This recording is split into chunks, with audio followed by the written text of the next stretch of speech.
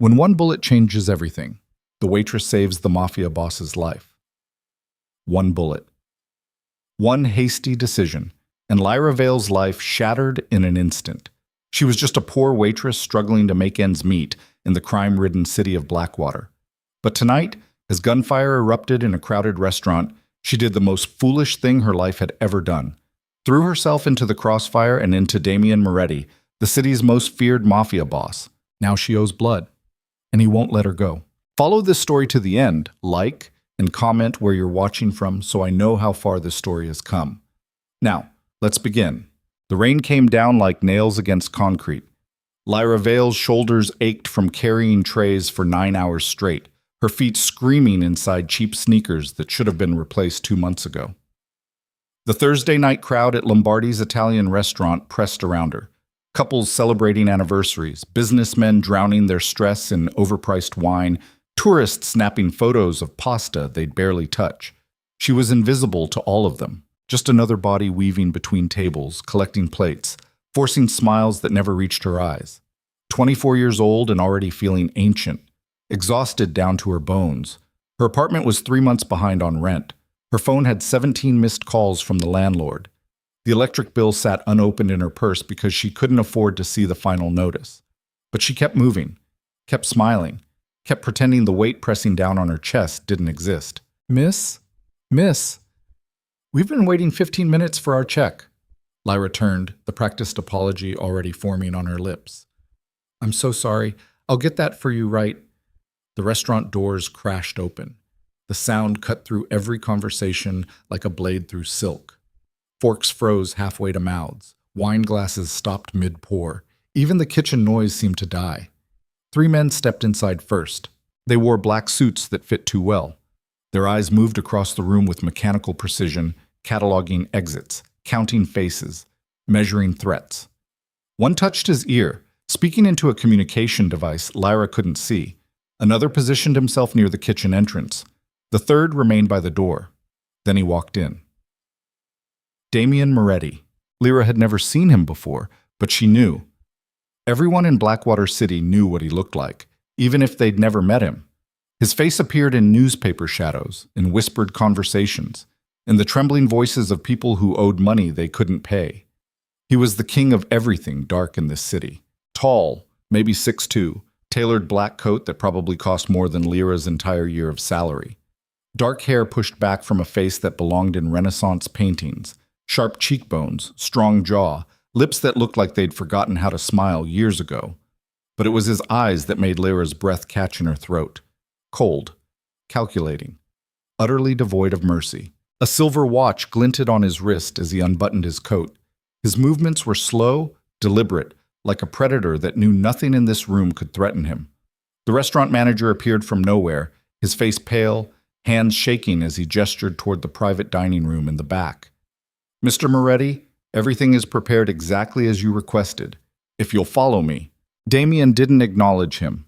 His gaze swept across the restaurant, and for one terrible second, those black eyes locked onto Lyra's. She forgot how to breathe. It lasted maybe 3 seconds. Then his attention moved on, and Lyra realized she'd been gripping her tray hard enough to leave marks in her palms. The 3 guards followed Damien toward the private room. Normal conversation slowly resumed, but it sounded forced now. Nervous. Like everyone was pretending they hadn't just witnessed something they shouldn't have seen. Lyra's coworker, Maria, grabbed her arm, nails digging in. Did you see him? Maria's voice shook. My cousin works at the docks. He says Damien Moretti once killed a man for looking at his sister wrong. Just looked at her. That's all it took. That's just a rumor, Lyra whispered, but her voice sounded unconvincing even to herself. My cousin saw the body. Lyra pulled away, moving toward table 12 with their check. Her hands wouldn't stop shaking. She told herself it was exhaustion. Low blood sugar. Anything but fear. The next hour crawled by in uncomfortable silence. The private dining room remained closed. Guards stood outside like statues. Lyra caught glimpses of movement through the frosted glass. Silhouettes of men sitting around a table, but no sound escaped the room. She tried to focus on her tables. On the couple arguing quietly over dessert, on the businessman drinking alone in the corner, on anything except the feeling crawling up her spine that something was about to go very, very wrong. At 9:47 p.m., the front doors opened again. These men weren't wearing expensive suits. They wore masks, plain black cloth covering everything below their eyes. One carried a shotgun. The other had 2 pistols, one in each hand. Lyra saw them before anyone else did. She'd been walking toward the kitchen with a tray of empty glasses when the cold air hit her face from the open door. Her brain couldn't process what she was seeing fast enough. Then the first man raised his shotgun toward the ceiling and fired. The blast was so loud, Lyra's ears immediately started ringing. Glass exploded from the chandelier overhead, raining down in glittering pieces. Someone screamed, then everyone screamed. Lyra dropped her tray. It shattered across the floor, lost in the chaos. "Everybody down! Now!" People dove under tables. A woman sobbed hysterically near the bar. The businessman who'd been drinking alone tried to run for the back exit, and one of the gunmen fired a warning shot that shredded the wallpaper 2 inches from his head. "I said down!" The man collapsed to his knees, hands raised, crying. Damien's 3 guards burst from the private room, weapons already drawn. But they were too late, too exposed. The assassins had planned this perfectly. The shotgun blast caught the first guard in the chest, throwing him backward into a table that collapsed under his weight. The second guard managed to fire twice before bullets punched through his throat and forehead, dropping him like a puppet with cut strings. The third guard dove behind the bar, glass bottles exploding around him as gunfire chewed through expensive liquor. Lyra was frozen. She stood in the middle of the restaurant floor, unable to move, unable to think, unable to do anything except watch as people died 3 feet away from her. Then Damien Moretti stepped out of the private room. He held a pistol in his right hand, and his face showed no fear at all, just cold, murderous focus. "Moretti!" The first assassin swung his shotgun toward Damien. "This is for the Romano family." Time fractured. Lyra saw it happening in slow motion, the assassin's finger tightening on the trigger, the barrel pointed directly at Damien's chest, the distance between them too close for anyone to miss. She saw Damien's eyes narrow, calculating whether he could dive for cover before the shot hit. She saw the exact moment he realized he couldn't. And without thinking, without planning, without any logical reason at all, Lyra Vale threw herself forward. Her body collided with Damien's just as the shotgun roared. The impact felt like getting hit by a truck made of fire. Pain exploded through Lyra's left side, just below her ribs. Her legs stopped working. The floor rushed up to meet her face, but she never hit it because someone caught her. Strong arms wrapped around her waist, lowering her carefully even as more gunfire erupted overhead. Lyra tried to breathe, but her lungs wouldn't work properly. Everything felt wet and warm. She looked down and saw blood, so much blood, soaking through her uniform, spreading across the floor beneath her. "Stay with me." The voice was rough, commanding, terrified in a way that didn't match the words. Lyra's vision blurred. She saw Damien's face above her, those cold black eyes now wide with something that looked almost like shock. He was saying something else, but the ringing in her ears drowned out the words. More gunshots, screaming, the sound of bodies hitting the floor. Damien was yelling at someone, his surviving guard maybe, shouting orders she couldn't understand. His hand pressed against the wound in her side, trying to stop the bleeding, but it kept coming, pulsing between his fingers like a broken faucet. "You're going to be fine," Damien said, but his voice shook. "You hear me? You're going to be fine." Lyra wanted to laugh. Fine. Right.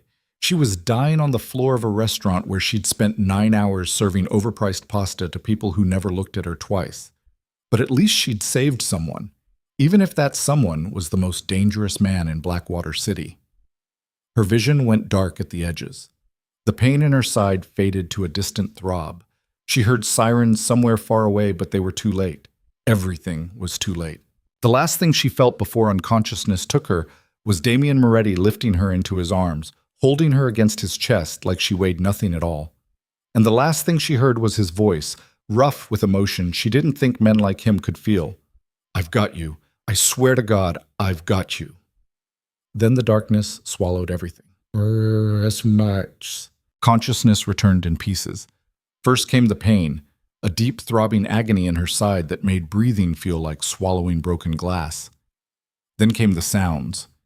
Mechanical beeping, hushed voices, footsteps on tile. Finally came the light, Too bright, too harsh, stabbing through her closed eyelids like needles. Lyra forced her eyes open. White ceiling, white walls. The antiseptic smell of a hospital, but something felt wrong about it. Too quiet.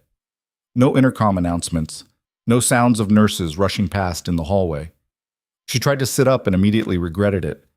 The pain in her side flared white hot, forcing a gasp from her throat. "Don't move." Lyra's head snapped toward the voice, then immediately wished she hadn't. Even that small movement made the room spin. A man stood beside her bed. Not a doctor. Mid-40s, maybe. Expensive suit. Hard eyes that had seen too much violence. "Where?" Lyra's voice came out as a croak.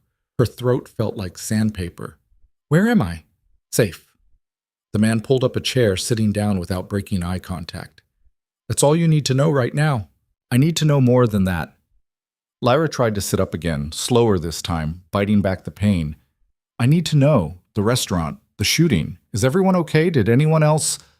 3 dead, 7 wounded. You were the worst." The man's expression didn't change. "The doctors said you're lucky. The shotgun pellets missed your kidney by half an inch. Any closer, and you would have bled out before we got you here." Lyra's hand moved to her side, feeling thick bandages under the thin hospital gown. "I need to go. I have to. My job. My apartment. I can't afford." "Your apartment's been taken care of." The words hit Lyra like a slap. "What?" "The rent's paid. 6 months in advance." The man leaned back in his chair, studying her reaction. "Your landlord won't bother you anymore." Ice flooded Lyra's veins. "Who are you?" "My name is Vincent. I work for Mr. Moretti." Vincent's voice remained perfectly calm, like he was discussing the weather. "He wanted me to personally thank you for what you did last night." "Last night?" Lyra looked around the room again, noticing details she'd missed before. This wasn't a hospital room. It was too luxurious, too private. The bed was too comfortable. The equipment too new. "How long have I been here?" 36 hours. You were in surgery for 4 hours, then sedated for recovery." Vincent stood up, moving toward the window. "Mr. Moretti has a question for you." "I don't want to answer any questions. I want to leave." "That's not possible right now." The words were delivered so casually, so matter-of-fact, that it took Lyra's brain several seconds to process them. "What do you mean it's not possible?" Vincent turned from the window, and for the first time, something that might have been sympathy crossed his face. "The men who tried to kill Mr. Moretti at the restaurant? They worked for the Romano crime family, and now that you've interfered with their assassination attempt, they want you dead too." The room suddenly felt 10 degrees colder. That's insane.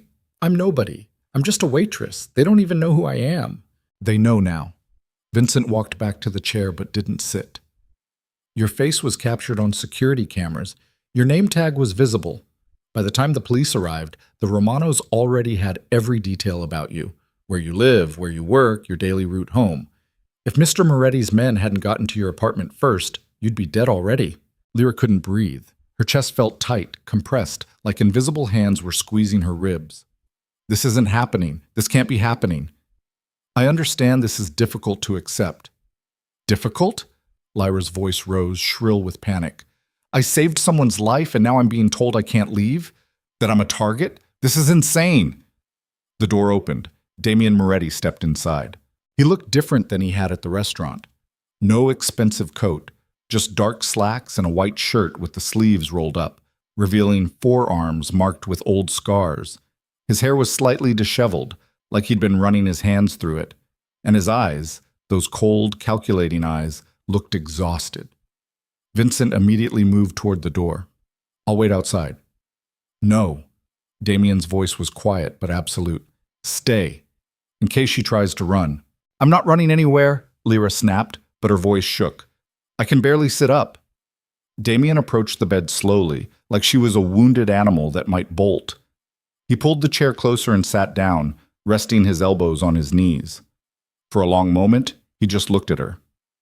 "You should have let me die," he finally said. Lyra blinked. "What?" "At the restaurant. You should have stayed on the floor with everyone else." Damien's jaw tightened. "Instead, you threw yourself in front of a shotgun for a man you've never met. That was the stupidest thing you could have done." Anger flared hot in Lyra's chest, burning through the fear. Excuse me? You heard me. Damien leaned back, his expression unreadable. You saved my life, and now your life is ruined because of it. Then let me go. I can't. Why not?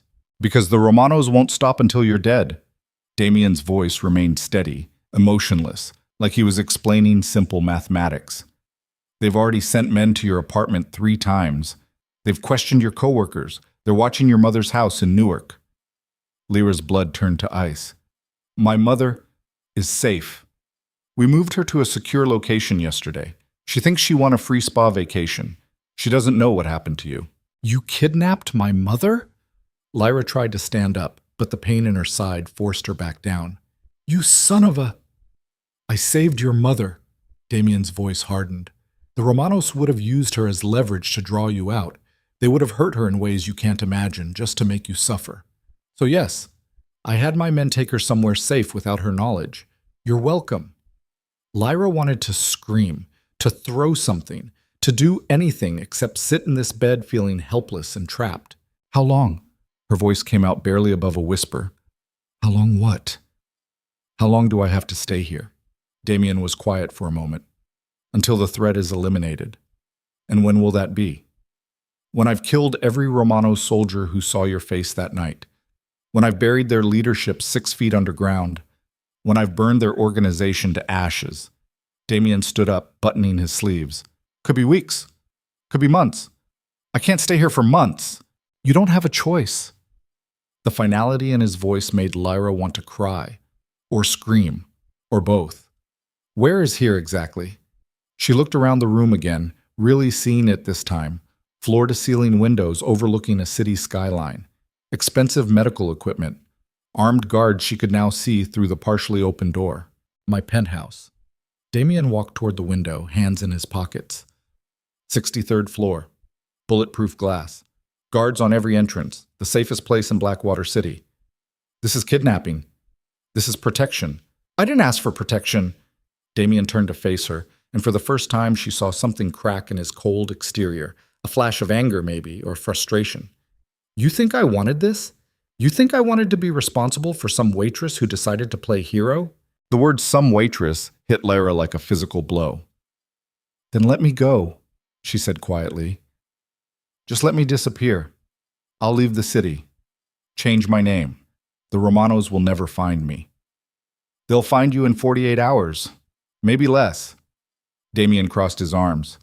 They have connections in every city on the East Coast. The moment you use a credit card or show your face in public, they'll know. And they'll send someone to finish what they started. So what am I supposed to do? Just live here like a prisoner? You're not a prisoner. Then prove it. Let me walk out that door right now. Damien's jaw tightened. You'd be dead before you reached the lobby. That's my choice to make. Not anymore. Damien's voice dropped to something dangerous. The second you put yourself between me and that bullet, you made a choice that tied your life to mine. You saved me, and now I'm going to keep you alive whether you like it or not. Silence filled the room like poison gas. Lyra stared at this man, this stranger who controlled her entire future now, and realized she was truly trapped, not just in this penthouse, but in a world she'd never wanted to enter. I hate you, she whispered. Something flickered across Damien's face, pain maybe, or guilt, but it vanished as quickly as it appeared. Good, he said quietly. Hate keeps you alive. Then he walked toward the door, Vincent following behind him. Wait, Damien paused, not turning around. At the restaurant, Lyra said, before I passed out. You said something. I said a lot of things. You said, I swear to God, I've got you. Lyra watched his shoulders tense. Did you mean it? Damien was silent for a long moment. Yes, he finally said. I meant it. Then he left, the door closing behind him with a soft click that sounded like a cell door locking. The next 3 days passed in a haze of pain medication and anger. Doctors came and went, private physicians who asked no questions and offered no names. They checked her vitals, changed her bandages, administered antibiotics to prevent infection. One of them, an older woman with kind eyes, tried to make small talk. You're healing remarkably well. Another week and you'll be able to walk without assistance." Lyra didn't respond. She stared at the ceiling and counted the hours until she could escape this gilded cage. On the fourth day, a woman entered her room. She was stunning, mid-20s maybe, with the same dark hair and sharp features as Damien, designer clothes that probably cost more than a car, heels that clicked against the marble floor like gunshots. "So you're the waitress who saved my brother's life." Lyra turned her head slowly. "Who are you?" "Serafina Moretti." The woman settled into the chair beside the bed, crossing her legs with practiced elegance. "Damien's sister. I wanted to meet the person stupid enough to take a bullet for him." "It wasn't stupid." "Yes, it was." Serafina pulled out her phone, scrolling through something. "But it was also brave, reckless and brave. My brother doesn't know what to do with that combination. Your brother is holding me prisoner." "My brother is keeping you alive." Serafina looked up from her phone, her gaze sharp. "The Romanos have put a $100,000 bounty on your head. Every low-level criminal in the city is looking for you. If you walked out that door, you'd last maybe 6 hours." Lyra's stomach turned over. $100,000? Consider it a compliment. They usually only go that high for politicians and rival family members. This is insane. This is the world you stepped into the moment you decided to be a hero. Serafina stood up, walking toward the window. "My brother told me to stay away from you, said you needed space to recover, but I wanted to see for myself what kind of person throws herself in front of a gun for a stranger." "And what did you find?" Serafina turned, studying Lyra with an intensity that was almost uncomfortable. "Someone who doesn't belong in our world. Someone who still believes in things like justice and fairness." She smiled, but it didn't reach her eyes. "That's going to get you killed eventually." "Thanks for the vote of confidence." "I'm serious." Serafina walked back to the chair, leaning down so they were eye level. "Our world doesn't have room for heroes, only survivors. If you want to live through this, you need to understand that everything you thought you knew about right and wrong doesn't apply anymore." "Is that supposed to be advice?" "It's a warning." Serafina straightened up, smoothing her dress. "Damien is trying to protect you because he feels responsible. But protection in our family comes with strings attached. The longer you stay here, the deeper you'll get pulled into things you can't escape from." "Then help me leave." Serafina laughed, a cold, brittle sound. "Even if I wanted to, I couldn't. Damien's given orders that you're to stay here until the threat is eliminated. And when my brother gives orders, people follow them, including me." She walked toward the door, then paused. "One more thing. My brother, he's not a good man.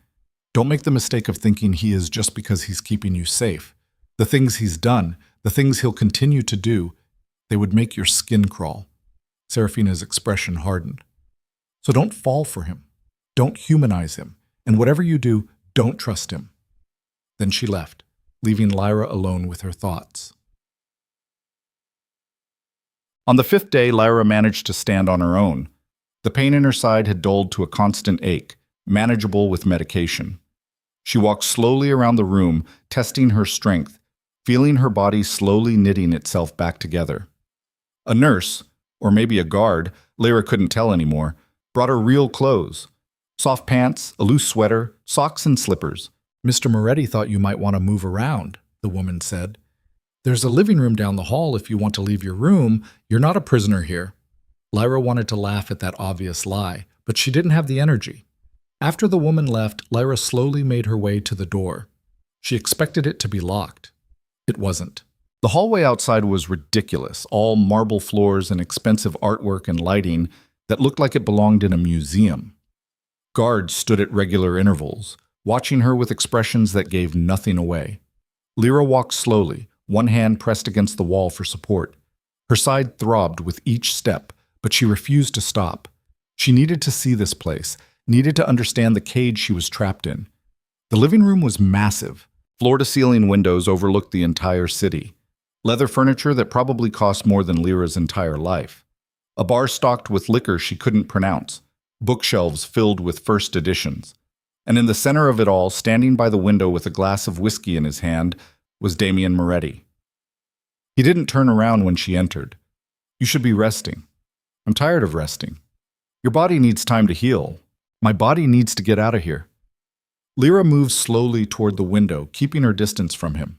The view was breathtaking. The entire city sprawled below them like a map of lights and shadows. How do you live like this? Like what? Up here, away from everything, looking down at the world like it's something you own.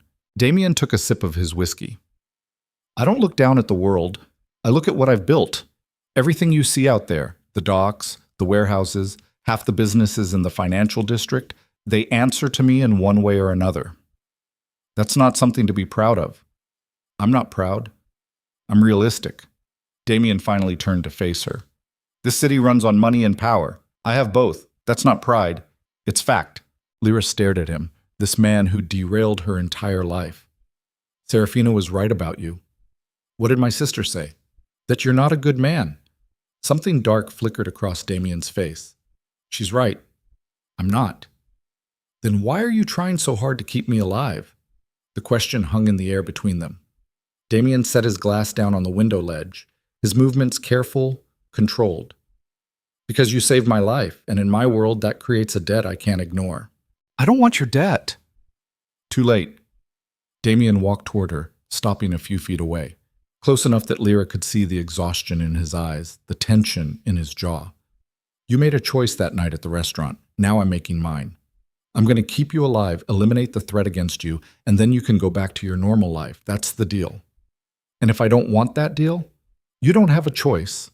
Lyra felt anger rising in her chest again, hot, suffocating anger that made her want to scream. Everyone keeps saying that I don't have a choice, that my life isn't mine anymore. But it is. It's mine. And you can't just...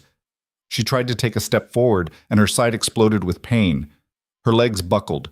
Damien caught her before she hit the floor, his arms wrapping around her waist with surprising gentleness. Easy. I've got you. Lyra wanted to push him away, wanted to stand on her own. But the pain was too much, and her legs wouldn't support her weight. Let me help you back to your room, Damien said quietly. I don't need your help. Yes, you do. He lifted her carefully, one arm under her knees, the other supporting her back, and started walking toward the hallway. Lyra wanted to protest, but the pain in her side made it hard to breathe, let alone argue. The guards they passed said nothing, showed nothing on their faces. Damien carried her back to her room and set her down on the bed with more care than she expected. He adjusted the pillows behind her back, pulled the blanket over her legs, and poured water into a glass on the bedside table. You need to take it slow, he said. The doctor said, I know what the doctor said. Lyra's voice came out sharper than intended. I'm not stupid. I didn't say you were, but you're treating me like I am, like I'm some fragile thing that needs to be protected and controlled. Damien sat down in the chair beside the bed, his expression unreadable. You're not fragile. You took a shotgun blast and survived. That takes a kind of strength most people don't have. Then why won't you let me make my own choices? Because your choices will get you killed. They stared at each other, two people from completely different worlds, connected now by violence and blood and circumstances neither of them wanted. I'm going to ask you something, Lyra said quietly, and I want the truth. All right? Are you keeping me here because you actually care if I live or die? Or is it just about your pride? About not letting the Romanos win? Damien was quiet for a long moment. I don't know, he finally admitted. Maybe both. It was the first honest thing he'd said to her. Lyra closed her eyes, exhaustion washing over her in waves. The pain medication was kicking in again, making her thoughts slow and heavy. I'm not going to thank you, she murmured, for any of this. I don't expect you to. And I'm not going to stop hating you. I don't expect that either. Lyra felt consciousness slipping away, pulled under by medication and exhaustion. The last thing she heard before sleep took her was Damien's voice, quiet and almost gentle. Sleep. I'll make sure you're safe. And despite everything, despite the anger and fear and the absolute insanity of her situation, Lyra believed him. She woke to voices arguing in the hallway. Absolutely insane, Damien. You're risking everything for some waitress. Watch your mouth, Vittorio. Lyra's eyes snapped open. The room was dark except for a sliver of light coming from the partially open door. The Romanos are already using this as an excuse to rally support, the first voice continued. It was older, gravelly, filled with contempt. They're saying you've gone soft, that you're weak, and they're right. I'm not weak. Damien's voice was cold, dangerous. I'm strategic. The girl saved my life in front of witnesses. If I let the Romanos kill her, I look like I can't protect the people loyal to me. She's not loyal to you, she's a liability. She's under my protection. That makes her part of this family until I say otherwise. There was a long pause. You're making a mistake, Vittorio said, one that could cost us everything. Then it's my mistake to make. I'm still the head of this family, and what I say goes. Footsteps moved away down the hallway. The door to Lyra's room opened wider, and Damien stepped inside, closing it softly behind him. He didn't seem surprised to find her awake. You heard that, he said. It wasn't a question. Yes. Damien walked to the window, looking out at the city lights. Vittorio is my uncle. He's been second in command of the Moretti family for 20 years. He thinks I'm making a mistake by protecting you. Maybe he's right. Maybe. Damien was quiet for a moment. But I've made my decision. You stay until the threat is eliminated, no matter what anyone else thinks. Lyra sat up slowly, wincing at the pull in her side. Why? Why what? Why do you care so much? You don't know me. I'm nobody to you. Damien turned from the window, and in the dim light, his expression was hard to read. You're right. I don't know you, but you did something nobody else in that restaurant would have done. You threw yourself in front of a bullet for a stranger. That means something. It means I'm stupid. It means you have a conscience. Damien walked toward the bed, stopping a few feet away. That's rare in my world, and it's worth protecting. Lyra didn't know what to say to that. The silence stretched between them, not uncomfortable exactly, but weighted with things neither of them knew how to express. Get some sleep, Damien finally said. We have a long road ahead of us. He started toward the door. Damien. He stopped, not turning around. In the hallway. You told your uncle I was part of your family. Did you mean that? Damien's shoulders tensed. For now, he said quietly. Until this is over. Then he left, and Lyra was alone again. She lay back against the pillows, staring at the ceiling, her mind racing with questions she couldn't answer. Outside the window, Blackwater City continued its eternal dance of light and shadow, beautiful and terrible all at once. And somewhere in that darkness, people were hunting her. People who wanted her dead for saving a man she didn't know. Lyra closed her eyes, feeling the weight of the bandages against her side, the steady ache that reminded her how close she'd come to dying. And she wondered, not for the first time, if throwing herself in front of that bullet had been the bravest thing she'd ever done, or the stupidest. Maybe both. The answer, she suspected, would determine whether she survived the weeks ahead. 2 weeks passed like a slow-motion nightmare. Lyra's body healed. The bandages came off. The stitches dissolved. The pain in her side faded to a dull ache that only bothered her when she moved too quickly.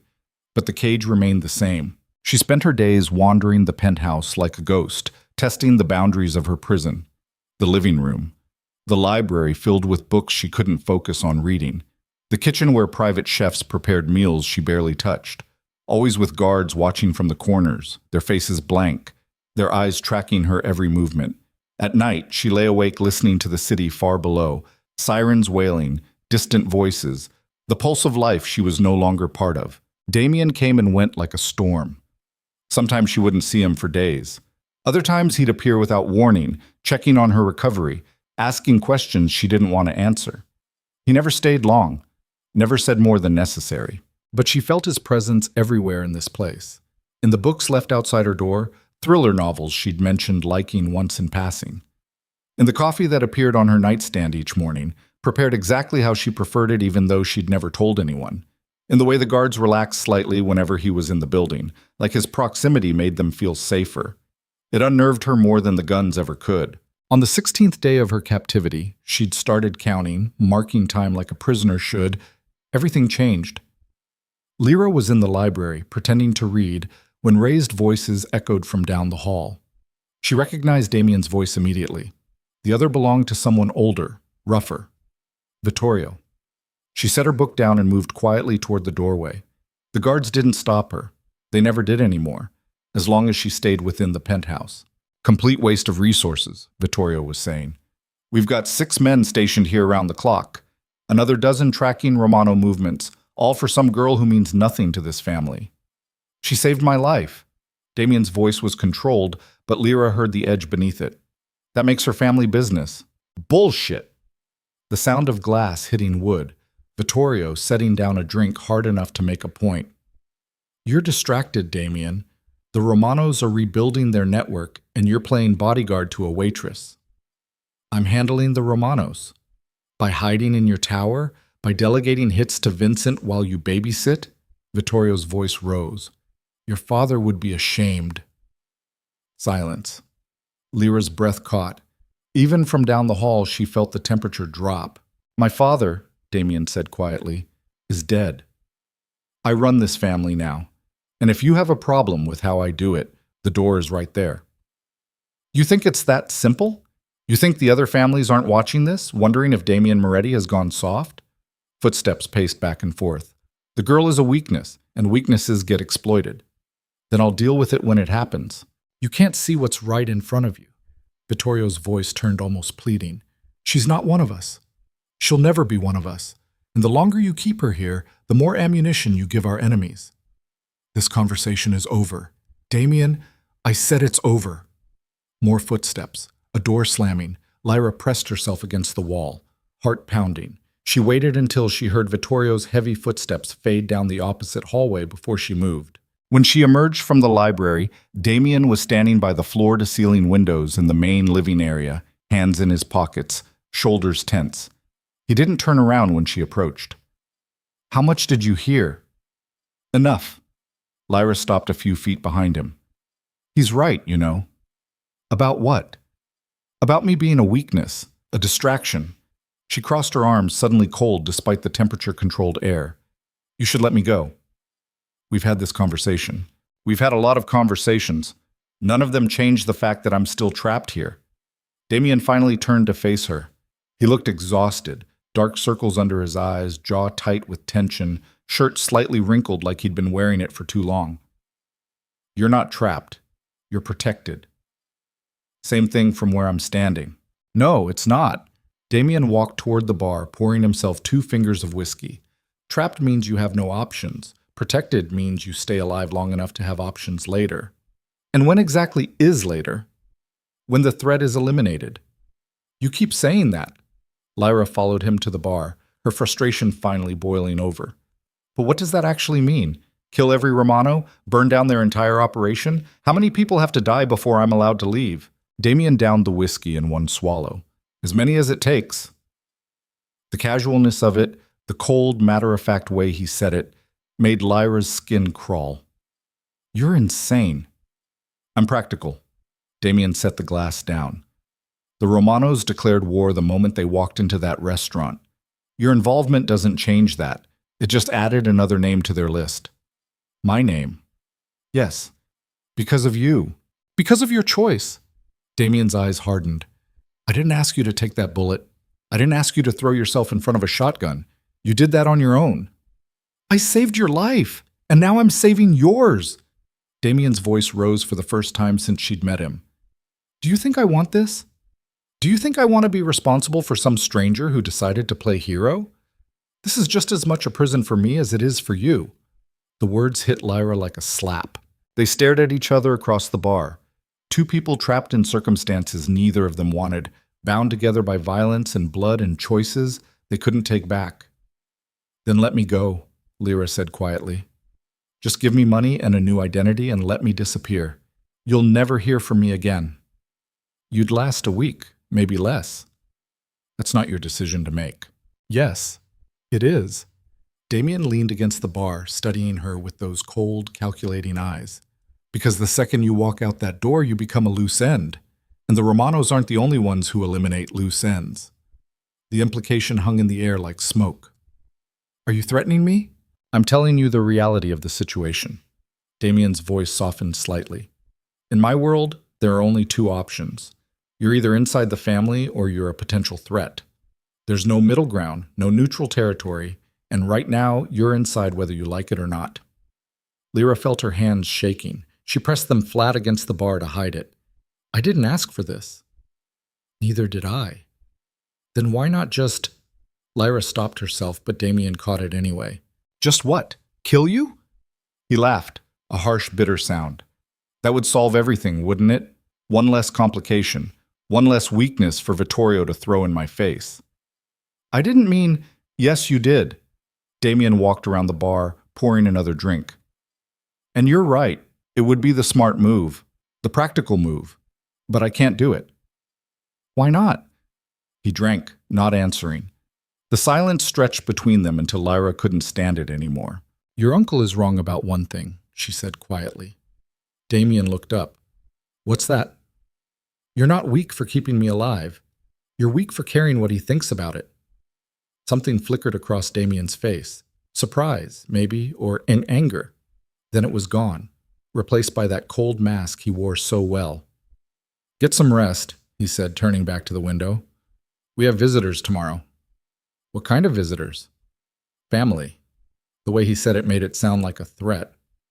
What? The next morning, Lyra woke to the sound of voices echoing through the penthouse. She dressed quickly, jeans and a sweater, the nicest clothes she had that didn't feel like pajamas, and emerged from her room to find chaos. More guards than usual lined the hallways. The main living area had been transformed, furniture rearranged, extra chairs brought in, a table set with enough food to feed 20 people. And standing in the center of it all, laughing at something one of the guards said, was a young man who looked like a younger, wilder version of Damien. You must be the infamous Waitress. He crossed the room in 3 long strides, grinning like they were old friends. Same dark hair as Damien, same sharp features, but his eyes held something Damien's didn't, reckless energy that bordered on dangerous. I'm Nico, Damien's infinitely more charming younger brother. He offered his hand. And you're Lyra Vale, the woman crazy enough to take a bullet for my uptight older sibling. Lyra shook his hand cautiously. I don't know about crazy. Trust me, crazy is the only word for it. Nico released her hand, still grinning, but I respect it. Takes balls to throw yourself in front of a shotgun. Most people in this city would have let him die. Most people in this city wouldn't have been in that situation. Fair point. Nico grabbed a pastry from the table, biting into it. So how are you finding your accommodations? Damien treating you well? Not too many death threats? Nico. Damien's voice cut across the room like a blade. He stood in the doorway to his office, dressed in a dark suit, looking every inch the crime boss Lyra had first seen at the restaurant. Nico just grinned wider. What? I'm being hospitable. You're being annoying. Same thing in this family. Serafina appeared behind Damien, elegant as ever in a black dress that probably cost more than a car. Her sharp eyes found Lyra immediately. I see you've met our youngest brother. I apologize in advance for anything stupid he says. I resent that, Nico said through a mouthful of pastry. Serafina ignored him, moving into the room with the kind of grace that came from years of knowing everyone was watching. We're here for the monthly family meeting. Damien failed to mention you'd be joining us. I'm not joining anything, Lyra said quickly. I can go back to my room. Assez. Nonsense. Nico draped an arm around her shoulders like they were old friends. You're part of this, whether you like it or not. Besides, these meetings are boring as hell. At least your presence will make Vittorio's head explode. Nico. Damien's voice carried a warning. What? I'm just saying. Don't. The brothers stared at each other across the room. The temperature seemed to drop 10 degrees. Serafina sighed. And here we go. Before anyone could respond, the elevator chimed. The doors opened and Vittorio stepped out, flanked by 2 men Lyra didn't recognize. His eyes found Lyra immediately. Something cold and calculating passed across his face. Damien, a word. It wasn't a request. Damien's jaw tightened. In my office. The 2 men disappeared down the hallway, Vittorio's bodyguards following. The moment the door closed, Nico let out a low whistle. Well, this is going to be fun. Shut up, Nico. Serafina moved to the windows, arms crossed. Vittorio's been pushing for weeks to have the girl removed. Now she's sitting in on a family meeting? Damien's either very confident or very stupid. My money's on stupid, Nico said cheerfully. Your money's always on stupid. Lyra stood frozen in the middle of the room, suddenly very aware that she didn't belong here. These people spoke in code she didn't understand, carried themselves with confidence she'd never possess, inhabited a world where violence was currency and loyalty was bought with blood. She took a step toward the hallway. I should really… Stay. Serafina turned from the window. Leaving now would be worse than staying. It would look like fear. And fear is weakness in this family. I'm not in your family. No, but you're under Damien's protection, which means every person in this room is watching to see if you deserve it. The word settled over Lyra like a weight. Nico grabbed another pastry. Don't worry about it. Vittorio's all bark. Mostly. That's not reassuring. It's not meant to be. Raised voices filtered through the walls from Damien's office. Not loud enough to make out words, but the anger was unmistakable. Serafina's expression darkened. This is getting worse. Vittorio's always been a pain in the ass, Nico said. Why should today be different? Because today he has a point. Serafina glanced at Lyra, then away. The girl is a complication we can't afford right now. The Romanos are regrouping. Our supply lines through the docks are compromised. We've lost 3 shipments in the last month. And Damien's distracted. He's not distracted, Nico said. He's being decent. Decent gets you killed in our world. So does being a heartless bastard. Just ask the Romanos. Serafina's eyes flashed. Don't lecture me about… The office door slammed open. Vittorio stormed out, face red with anger. He didn't look at anyone, just headed straight for the elevator. His guards scrambled to follow. Damien emerged a moment later, expression cold as winter. Meeting's postponed, he said flatly. Damien, Serafina started. I said postponed. The authority in his voice left no room for argument. Serafina's lips pressed into a thin line, but she nodded. Nico just shrugged, grabbing one more pastry before heading toward the elevator. Call me when the fireworks are over, he said. Then he was gone, and it was just the 3 of them. Serafina studied her brother for a long moment. You can't keep avoiding this conversation. I'm not avoiding anything. Then what was that? She gestured toward the elevator. Vittorio is second in command. You can't just dismiss him like some low-level soldier. I can do whatever I want. I'm the head of this family. For now. The words hung in the air like poison. Damien's expression didn't change, but Lyra saw his hands clench into fists. What's that supposed to mean? It means loyalty has limits, brother. Push too hard and even family will push back. Serafina moved toward the elevator. Think about what's more important, proving you're right or keeping us all alive. Then she was gone too, leaving Lyra alone with Damien. The silence was suffocating.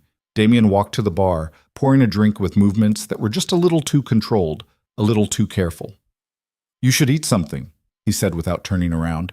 I'm not hungry. Eat anyway. You're still recovering. Stop telling me what to do. Damien drank, still not looking at her. Fine. Starve. See if I care. Lyra felt anger spike through her chest. What is wrong with you? Nothing's wrong with me. Really? Because your entire family just walked out of here looking like they wanted to kill you, and you're acting like it's a normal Tuesday. It is a normal Tuesday. Damien finally turned around. This is what family meetings look like in our world. Everyone fights, everyone threatens, then we all go back to work. That's not normal. It's my normal. Lyra stared at him, this man who'd upended her entire life, who carried the weight of an empire on his shoulders, who looked exhausted and angry and somehow more human than she'd ever seen him. Your uncle's right, she said quietly. Damien's jaw tightened. About what? I'm a distraction. A liability. Everything your family does, everything you're responsible for, I'm making it harder. Lyra moved closer, ignoring the way her side still ached. So just let me go. Give me money, a new identity, whatever. Let me disappear and go back to your life. I told you, I know what you told me, that I'd be dead in a week, that the Romanos would find me, that I'm safer here. Lyra's voice rose. But maybe that's not your decision to make. Maybe I'd rather take my chances out there than watch you destroy your family over someone you don't even know. Damien set his glass down hard enough to crack. You think I'm destroying my family? I think you're trying to prove something to Vittorio, to yourself, I don't know. But it's not worth it. You're right. Damien walked toward her, and there was something dangerous in his eyes now. You don't know. You don't know what it's like to run an empire built on fear and violence, to make decisions that get people killed, To carry the weight of hundreds of lives on your shoulders every single day. He stopped inches away from her, close enough that Lyra could feel the heat radiating off him. But you know what I do know? His voice dropped to something almost gentle. I know that when those assassins walked into that restaurant, you didn't hesitate. You didn't calculate the risks or consider the consequences. You just moved. And that kind of instinct, that kind of raw, stupid courage, it's worth protecting. Lyra's breath caught. I'm not worth your family. That's not your call to make. They stood there, inches apart, the tension between them thick enough to choke on. Then Damien's phone buzzed. Once, twice, 3 times in rapid succession. He pulled it out, glancing at the screen. Whatever he saw made his entire body go rigid. What is it? Lyra asked. Damien didn't answer. He was already moving toward his office, pulling up something on his phone, his face pale. Lyra followed him. Damien, what's wrong? He threw his phone onto the desk. The screen showed a text message, just 4 words. They took Serafina and Nico. Below it, a photo. Both of them zip-tied to chairs in what looked like an abandoned warehouse. Blood on Serafina's face. Nico's eyes swollen shut, and behind them, spray-painted on the wall in red letters, Romano sends his regards. The room spun. Lyra grabbed the edge of the desk to steady herself. Oh my God. Damien was already on his phone, barking orders to someone. I want every man we have mobilized, now. Check every warehouse, every abandoned building, every Romano property we know about. I want them found in the next hour, or people start dying. He hung up, immediately dialing another number. This is my fault, Lyra whispered. Damien looked up, his eyes burning with something that might have been rage or fear, or both. What? This is my fault. They took your family because of me, because you've been protecting me instead of… Stop. No, Vittorio was right. I'm a weakness, a distraction, and now your brother and sister are going to die because… Damien crossed the room in 2 strides and grabbed her shoulders. Not rough, but firm enough to cut through her spiraling panic. Listen to me, he said, his voice steady despite the fury burning in his eyes. This is not your fault. The Romanos have been planning something like this for months. You're just the excuse they're using. But if you hadn't saved my life, they would have found another excuse, another target, another way to start this war. Damien's grip on her shoulders tightened slightly. This is what they do. This is who they are. And I'm going to burn their entire organization to the ground for touching my family. His phone rang again. He answered without letting go of Lyra. Talk. He listened for a moment, his expression darkening. Where? How many guards? Fine, I'm on my way. He hung up, finally releasing Lyra's shoulders. They're being held at the old steel factory in Blackwater Harbor. Romano himself is there with about 15 men. Damien moved to a cabinet on the wall, pulling out weapons Lyra hadn't known were there. 2 pistols. A shotgun. Ammunition. I'm leaving in 5 minutes.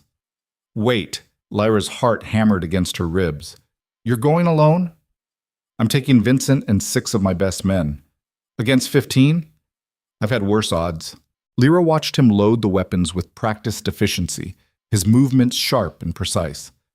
This wasn't the man who'd carried her to her room when she'd pushed herself too hard. This was the crime boss everyone feared, cold, calculating, lethal. I'm coming with you, she heard herself say. Damien froze. Absolutely not. They took your family because of me. I'm not sitting here while you risk your life to get them back. You're staying here where it's safe. Safe? Lyra laughed, a harsh, bitter sound. I haven't been safe since the moment I stepped in front of that bullet, and I'm done hiding while other people die for me. You're still recovering. You'd be a liability. Then I'll be a liability who can at least pull a trigger if you need backup. Damien turned to face her fully, and Lyra saw something in his eyes she hadn't seen before, genuine fear. Not of the Romanos, not of the fight ahead. Fear of her getting hurt. I can't protect you and rescue them at the same time, he said quietly. I'm not asking you to protect me. I'm asking you to let me help. They stared at each other across the office, the weight of the decision pressing down like a physical thing. Finally, Damien moved to the cabinet, pulling out a smaller pistol.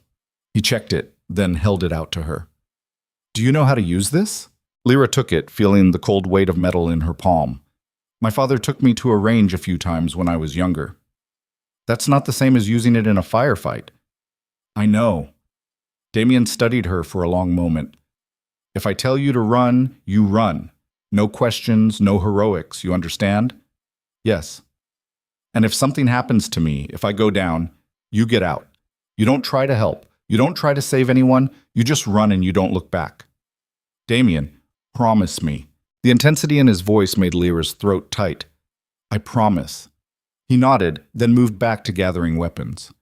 We leave in 3 minutes. Stay close to Vincent. Do exactly what he says. And for the love of everything, don't get yourself killed. Same to you. Damien met her eyes one more time, and something passed between them. Understanding, maybe, or acceptance of what they were about to walk into. Then his mask slipped back into place, and he was all business again. Let's go get my family back. Me. The drive to Blackwater Harbor took 20 minutes through rain-slicked streets that reflected neon like blood. Lyra sat in the back of an SUV with Vincent, watching Damien in the passenger seat up front. He was on the phone the entire time, coordinating with other teams, gathering intelligence, planning the assault with the kind of precision that made Lyra understand why people feared him. This wasn't a reckless rush into danger. This was calculated violence. They passed through the industrial district, abandoned warehouses and rusting equipment, the bones of a manufacturing economy that had died decades ago.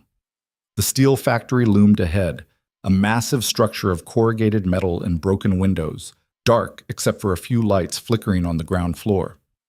The driver pulled into an alley 3 blocks away. 2 other vehicles were already there, 6 more men in dark clothes checking weapons. Damien got out, and everyone immediately fell silent. Intel says they're holding Serafina and Nico on the main factory floor, he said, his voice carrying through the rain. Romano has 8 men inside, another 7 outside as lookouts. We go in from 3 sides. Vincent takes the north entrance, Marcus takes the south, I take the east. We move fast and we move quiet until we can't anymore. Questions? No one spoke. Remember, I want Romano alive. Everyone else is expendable. Damien's eyes were cold, empty. Let's move. The men dispersed into the rain, shadows disappearing into shadows. Vincent touched Lyra's shoulder. Stay behind me at all times.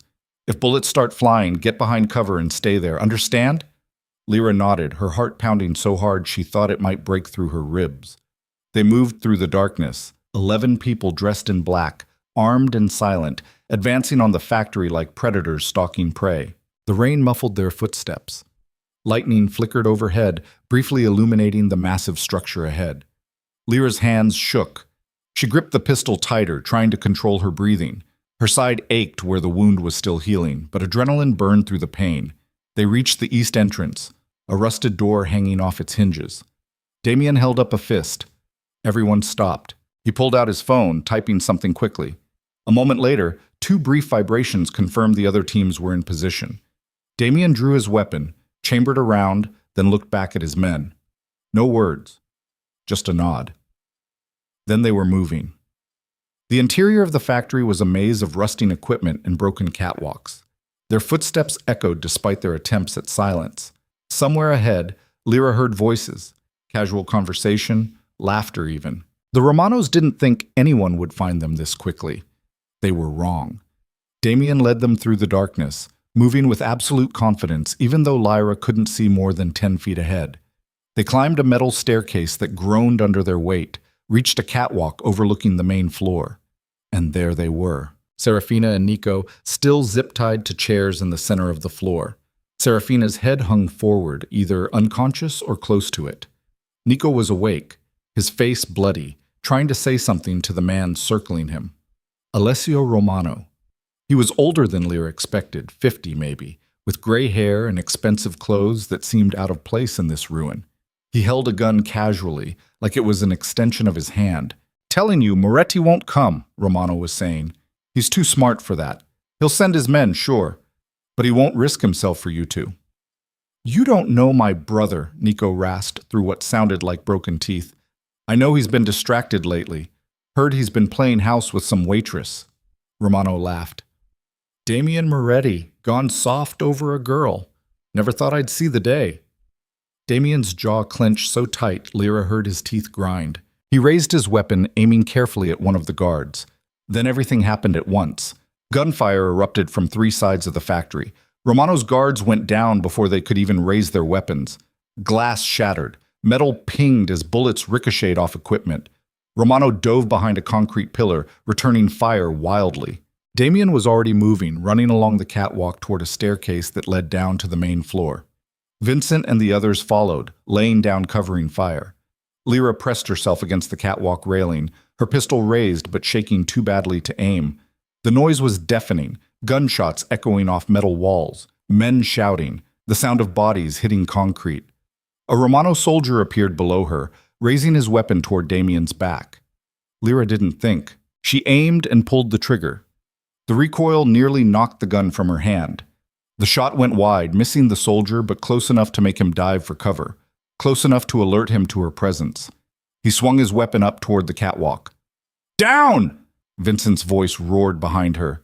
Lyra dropped flat just as bullets chewed through the metal railing above her head. Vincent returned fire, and the soldier below went down. "Stay low," Vincent shouted at her, moving past to take up a better position. Lyra's ears were ringing. Her hand shook so badly she could barely hold the gun. This wasn't like the shooting range with her father. This was chaos and terror, and the very real possibility that she was about to die.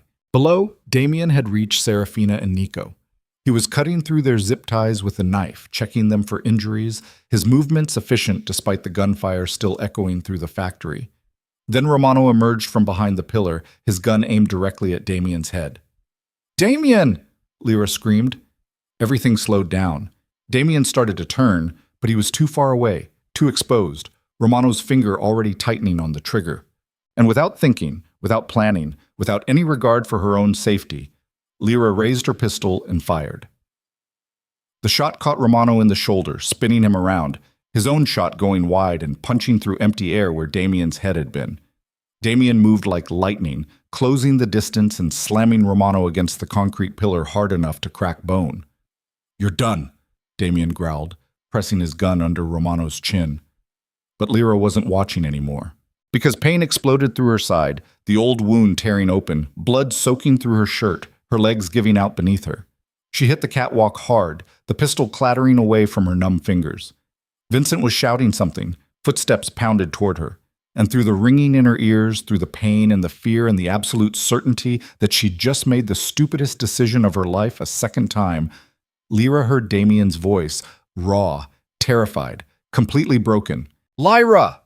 Then darkness rushed in from all sides, and she fell into it without resistance. Pain dragged Lyra back to consciousness like fishhooks in her flesh. She gasped, eyes snapping open, her body jerking upward before hands pressed her shoulders back down against something soft. A bed. She was on a bed. White ceiling, sterile smell, the mechanical beep of monitors. "Easy, don't move." Damien's face swam into focus above her. He looked like hell, blood spattered across his shirt, exhaustion carved into every line of his face, eyes red-rimmed like he hadn't slept in days. "How long?" Lyra's voice came out as a croak. Her throat felt like sandpaper. 18 hours. Damien's hand remained on her shoulder, keeping her still. "You tore your stitches. Lost a lot of blood. The doctors had to go back in and repair the damage." Memory crashed back. The factory. Romano. The gunshot. Falling. Serafina and Nico, they're fine. Banged up, but alive. Damien finally released her shoulder, sitting back in the chair beside the bed. "Because of you. That shot you took. If you hadn't hit Romano when you did, I'd be dead right now." Lyra's hand moved to her side, feeling fresh bandages under the hospital gown. The pain was worse than before, deeper, like something vital had been damaged this time. "I'm sorry," she whispered. Damien's expression hardened. "Sorry for what? Saving my life again? Making yourself a bigger target than you already were? I told you I wouldn't be a liability. You nearly died. Again." Damien stood up, pacing to the window. "Twice now you've thrown yourself into the line of fire for me. Twice. Do you have any idea how insane that is? You would have done the same for your family. That's different. Why? Because they're blood? Damien spun around, and the raw emotion in his eyes made Lyra's breath catch. Because I can afford to lose myself. I can't afford to lose you. The words hung in the air between them like exposed wire. Lyra stared at him, this dangerous man who ruled the underworld, who'd upended her entire life, who was looking at her now like she was the most terrifying thing he'd ever faced. Damien! The door burst open. Vincent stepped inside, his expression grim. We have a problem. Damien's entire demeanor shifted in an instant, from vulnerable to cold and calculating in the space of a heartbeat. What kind of problem? Romano's talking, says he wants to make a deal. I don't make deals with dead men. You might want to hear what he has to say. Vincent glanced at Lyra, then back to Damien. It's about the girl. Ice flooded Lyra's veins. Damien's jaw clenched. I'll be right there. Vincent left, closing the door behind him. Damien turned back to Lyra, and she saw something in his eyes that looked almost like dread. I need to handle this. Stay here. Rest. What does Romano want? It doesn't matter what he wants. He's not getting it. Damien. But he was already gone, the door clicking shut with finality. Lyra lay back against the pillows, her mind racing. What could Romano possibly know about her? She was nobody. A waitress who'd made one stupid decision that had spiraled into this nightmare. Unless there was something she didn't know. Something she'd missed. The thought gnawed at her, growing teeth, becoming something she couldn't ignore. 20 minutes later, the door opened again. But it wasn't Damien. Vittorio stepped inside, alone, closing the door softly behind him. Every instinct in Lyra's body screamed danger. Damien said to stay away from me, she said, trying to keep her voice steady.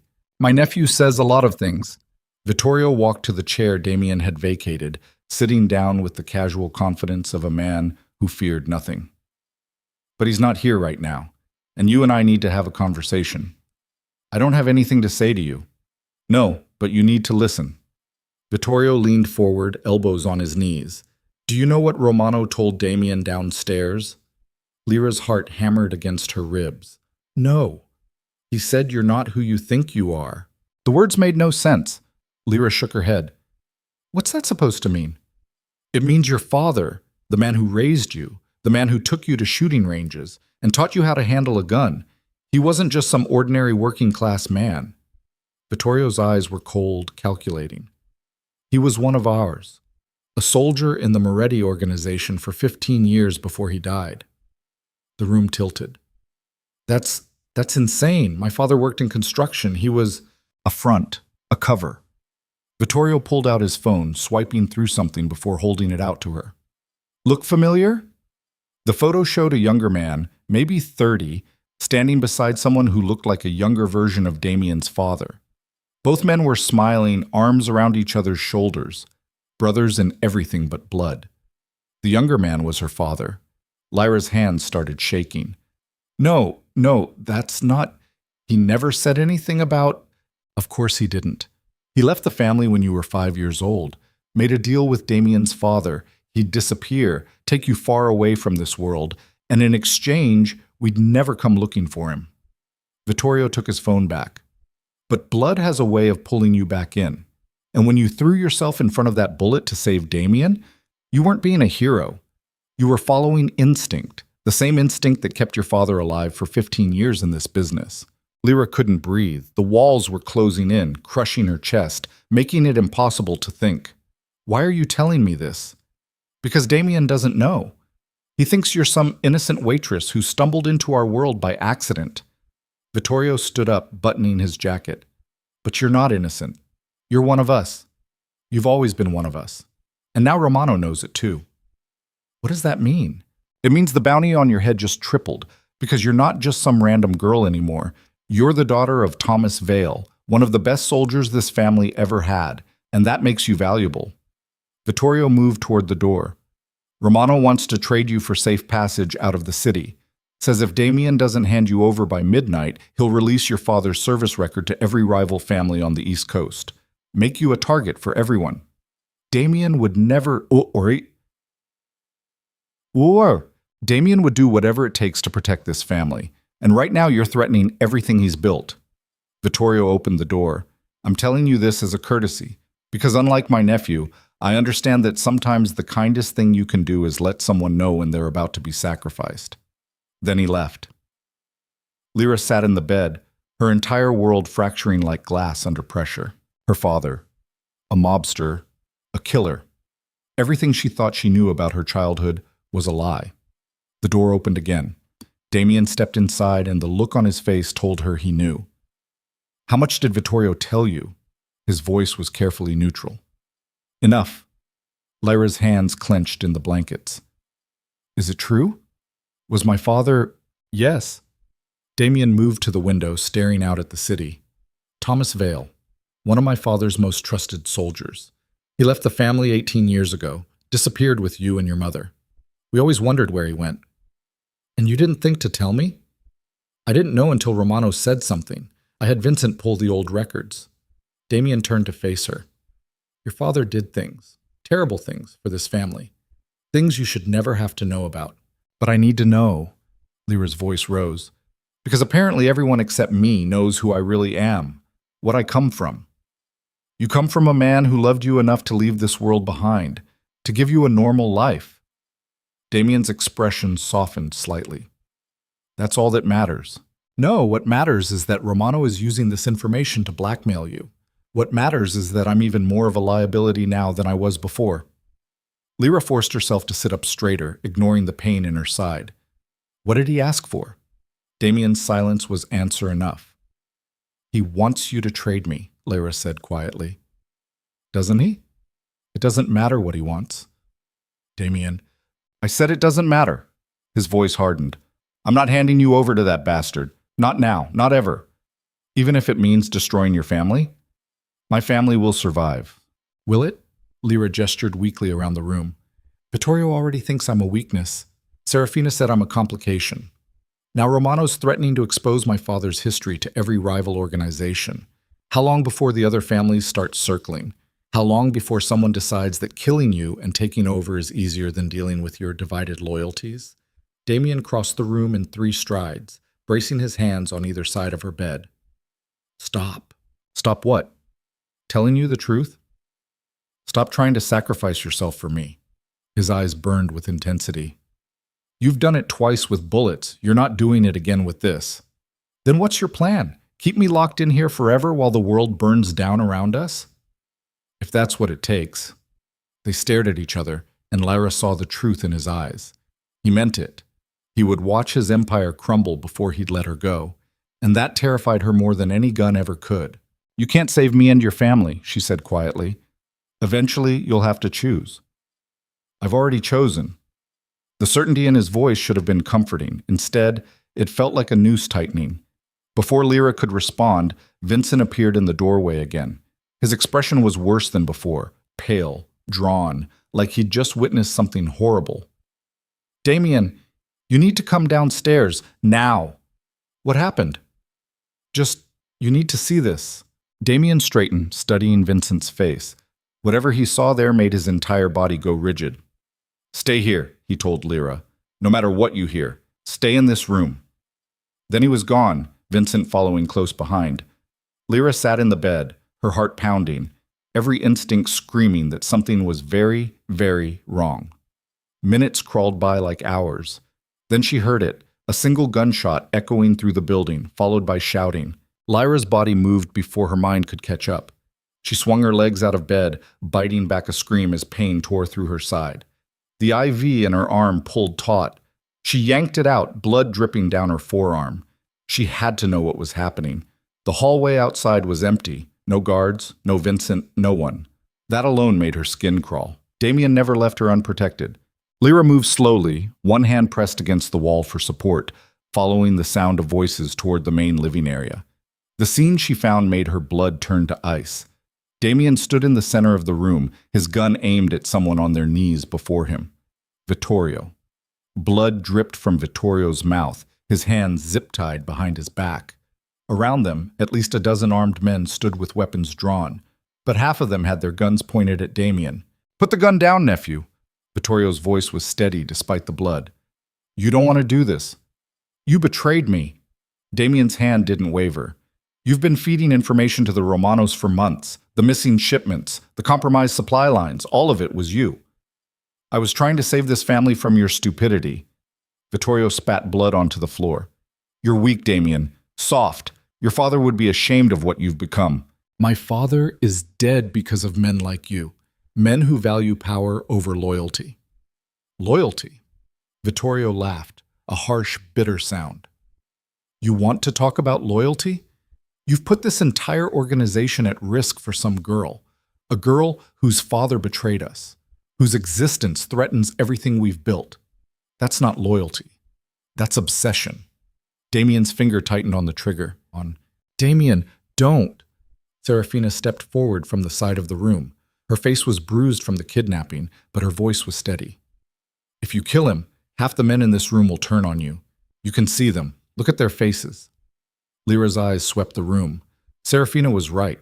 At least 6 of the armed men had shifted their stance, weapons no longer clearly pointed at Vittorio, but not quite aimed at Damien either, waiting to see which way the power would fall. He betrayed us, Damien said through gritted teeth. He's still family. Nico appeared on Damien's other side, his face a mess of bruises.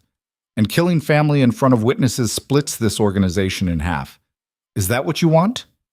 The tension in the room was suffocating. Vittorio smiled through his bloody teeth. You see, Damien? Even your own siblings know the truth. You're not strong enough to lead this family. Not anymore. Shut up, Damien growled. The men are already questioning you, already wondering if your obsession with the girl has made you careless. How long before they decide someone else should be in charge? I said shut up. So prove me wrong. Vittorio's eyes glittered with malice. Choose. Right now. The girl or the family. Hand her over to Romano by midnight, and this all goes away. Refuse, and watch everything you've built crumble. Silence crashed through the room like a wave. Every eye turned to Damien. Lyra pressed herself against the wall, her legs shaking, pain radiating through her side with every breath. She shouldn't be here. Shouldn't be witnessing this. But she couldn't look away. Damien's jaw clenched so tight, it looked like his teeth might crack. You're right, he finally said. The words hit Lyra like a physical blow. Damien, Serafina started. You're right, Damien repeated, lowering his gun. I've been distracted, careless. I put one person above the safety of this entire organization. He turned, and his eyes found Lyra in the doorway. The look on his face was unreadable, cold, distant, like he'd become someone else entirely. Vincent, take Lyra back to her room. Keep her there until I decide what to do with her. Vincent moved toward Lyra, his expression apologetic but firm. No. Lyra's voice came out stronger than she expected. No, I want to hear this. Lyra, you don't get to make decisions for me anymore. She pushed away from the wall, forcing herself to stand straight despite the agony in her side. If you're going to trade me to Romano, at least have the decency to say it to my face. Something flickered across Damien's expression. Pain, maybe, or regret. But it vanished just as quickly. Fine. You want the truth? He walked toward her, and everyone in the room watched. I spent weeks convincing myself I was protecting you because I owed you a debt. Because you saved my life, and that meant something in my world. He stopped a few feet away from her. But that was a lie. I kept you here because I was selfish. Because for the first time in my life, someone looked at me like I was more than just a monster. Like I could be something better. His voice dropped. And I destroyed your life because of it. Lyra's eyes burned. Damien! Romano gets his trade, you for safe passage out of the city. It happens at midnight. Damien's expression turned to stone. But you don't go to him. You go free. New identity. Enough money to disappear anywhere in the world. Vincent will handle the details. And Romano will kill you the moment he realizes you didn't keep your word. Probably. Damien's smile was cold, empty. But you'll be safe. That's all that matters. The room spun. Lyra grabbed the door frame to keep from falling. You can't. This is insane. It's done. Damien turned away from her, back to Vittorio and the assembled men. Cut him loose. He wants to question my leadership? Fine. Let him try to do better while I clean up this mess. Vittorio stood up, rubbing his wrists where the zip ties had cut into skin. The smile on his face was triumphant. You're making the right choice, nephew. Get out of my sight before I change my mind. Vittorio gestured to the men who'd been wavering, and they followed him toward the elevator. More than half the room emptied out, leaving only Serafina, Nico, Vincent, and a handful of loyal soldiers. The moment the elevator doors closed, Damien's composure shattered. He slammed his fist into the wall hard enough to crack the plaster, then did it again and again, until Vincent grabbed his arm. Damien, stop. I should have killed him. Damien's voice shook with rage. I should have put a bullet in his head and dealt with the consequences. You made the right call, Serafina said quietly. Killing him would have split us completely. At least this way we still have some control. Control? Damien laughed bitterly. We just lost half our men to a traitor. The Romanos have us backed into a corner, and I'm about to send away the one person who— He stopped himself, jaw clenching. Lyra watched him come apart, this man who'd seemed unbreakable, and felt something crack inside her own chest. There has to be another way, she said. Everyone turned to look at her. There isn't, Damien said flatly. You heard Vittorio. The men are already questioning me. If I keep you here, we lose more people. And the Romanos won't stop coming. Eventually they'll get to you, and when they do, then let them try. Lyra pushed away from the doorframe, moving into the room despite the pain screaming through her body. You said I have instincts, that my father was one of your best soldiers, so stop treating me like I'm helpless. You're still recovering. I just tore my stitches running down here to find you holding your uncle at gunpoint. I think we're past the point of recovery. Lyra stopped in front of him, forcing him to meet her eyes. You want to protect me? Fine. Teach me how to protect myself. Give me the tools to survive in your world instead of trying to ship me off to mine. I'm not asking for permission. Lyra's voice turned hard. I'm telling you what's going to happen. Either you help me or I figure it out on my own, but I'm done being the helpless victim in this story. Damien stared at her like she'd just sprouted a second head.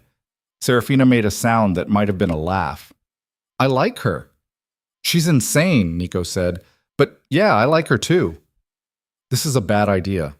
Vincent shook his head. A really, really bad idea. All my ideas are bad lately. Damien finally looked away from Lyra, running a hand through his hair. But she's right.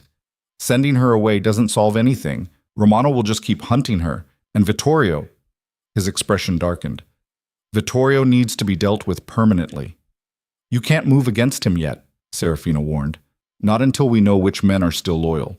If we move too soon, we could trigger a civil war. Then we need to make the men choose. Damien's eyes took on a calculating gleam, the look of a predator planning a hunt. We need to show them that I'm still the strongest leader this family has. And we do that by ending the Romano threat completely. How? Nico asked. Romano's demanding the girl by midnight. If we don't deliver, we deliver. Damien turned to Vincent. Call Romano. Tell him the trade is on. Midnight at the harbor. He gets the girl, we get safe passage for him and his remaining men out of the city. Vincent's eyes widened. You just said, I know what I said, make the call.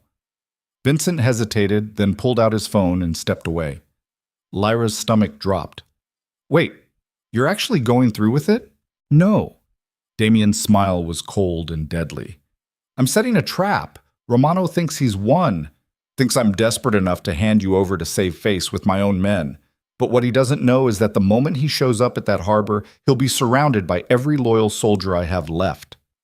You're going to kill him, Lyra said. I'm going to end this war the only way it can end, with Romano and every man who followed him buried in the harbor. Damien's eyes found hers. But I need you to trust me. Can you do that? The question hung between them, weighted with everything they'd been through, everything they'd become to each other. Lyra thought about the bullet that had torn through her side, about waking up in this gilded cage, about learning her entire life had been built on lies her father had told to protect her from exactly this world. She should say no, should demand that Vincent help her disappear like Damien had promised. Instead, she heard herself say, yes. Damien's expression softened for just a moment. Then we have a lot of work to do, and not much time to do it. Cheques. The next 8 hours passed in a blur of planning and preparation. Damien spread maps across the dining table, detailed layouts of the harbor, the old shipping district, every building and alley within a 3-block radius. He moved chess pieces across the map, positioning his men, calculating angles of fire, planning escape routes. Lyra watched him work, seeing for the first time what made him dangerous. Not the guns or the violence or the cold brutality she'd witnessed at the factory. It was this, the mind that could see 50 moves ahead, that could turn chaos into precision, that could transform rage into strategy. Romano will expect an ambush, Vincent said, leaning over the map. He's not stupid. He'll have lookouts, backup positions. Let him. Damien moved another piece. I want him to see it coming. Want him to think he's smarter than me. That's when people get careless. Serafina appeared with fresh coffee, setting cups around the table. What about Vittorio? He'll know something's wrong when we mobilize this many men. Good. Damien took a sip of coffee. Let him wonder. Let him sweat. By the time he figures out what's happening, it'll be too late. And the girl? Nico gestured to Lyra. What's her role in all this? Everyone turned to look at her. Lyra straightened, ignoring the ache in her side. I'm bait. I walk into the trap to make it look real. Absolutely not, Damien said immediately. You just said you needed me to trust you, so trust me back. Lyra moved to the table, studying the map. Romano knows what I look like. If you send someone else wearing a hood or something, he'll know it's fake. But if I'm there, if he sees me actually walk into his hands, he'll believe it. Until you're standing in the middle of a firefight with no way out. So give me a way out. Lyra traced a line on the map from the exchange point to a nearby warehouse. You position me here. When the shooting starts, I run here. Vincent or one of your men extracts me while you handle Romano. There are too many variables, Vincent said. Too many things that could go wrong. Everything about this plan could go wrong. Lyra met Damien's eyes. But it's the only way Romano will believe the trade is real. And if he doesn't believe it, he'll run before you can end this. Damien stared at the map, jaw working, clearly fighting with himself. She's right, Serafina said quietly. Romano needs to see her. Otherwise, this whole thing falls apart. I hate this, Damien muttered. You hate everything about this situation, Nico pointed out. Doesn't make it wrong. Damien was silent for a long moment, studying the map, running calculations Lyra couldn't see. Finally, he nodded once. Fine, but Vincent stays with you the entire time, and the second I give the signal, you run. No hesitation, no looking back. Understood? Understood. I mean it, Lyra. Damien looked up, and the intensity in his eyes made her breath catch. If something happens, if this goes wrong, you get out. You survive. Promise me. The same promise he'd demanded at the factory. The one she'd broken by shooting Romano.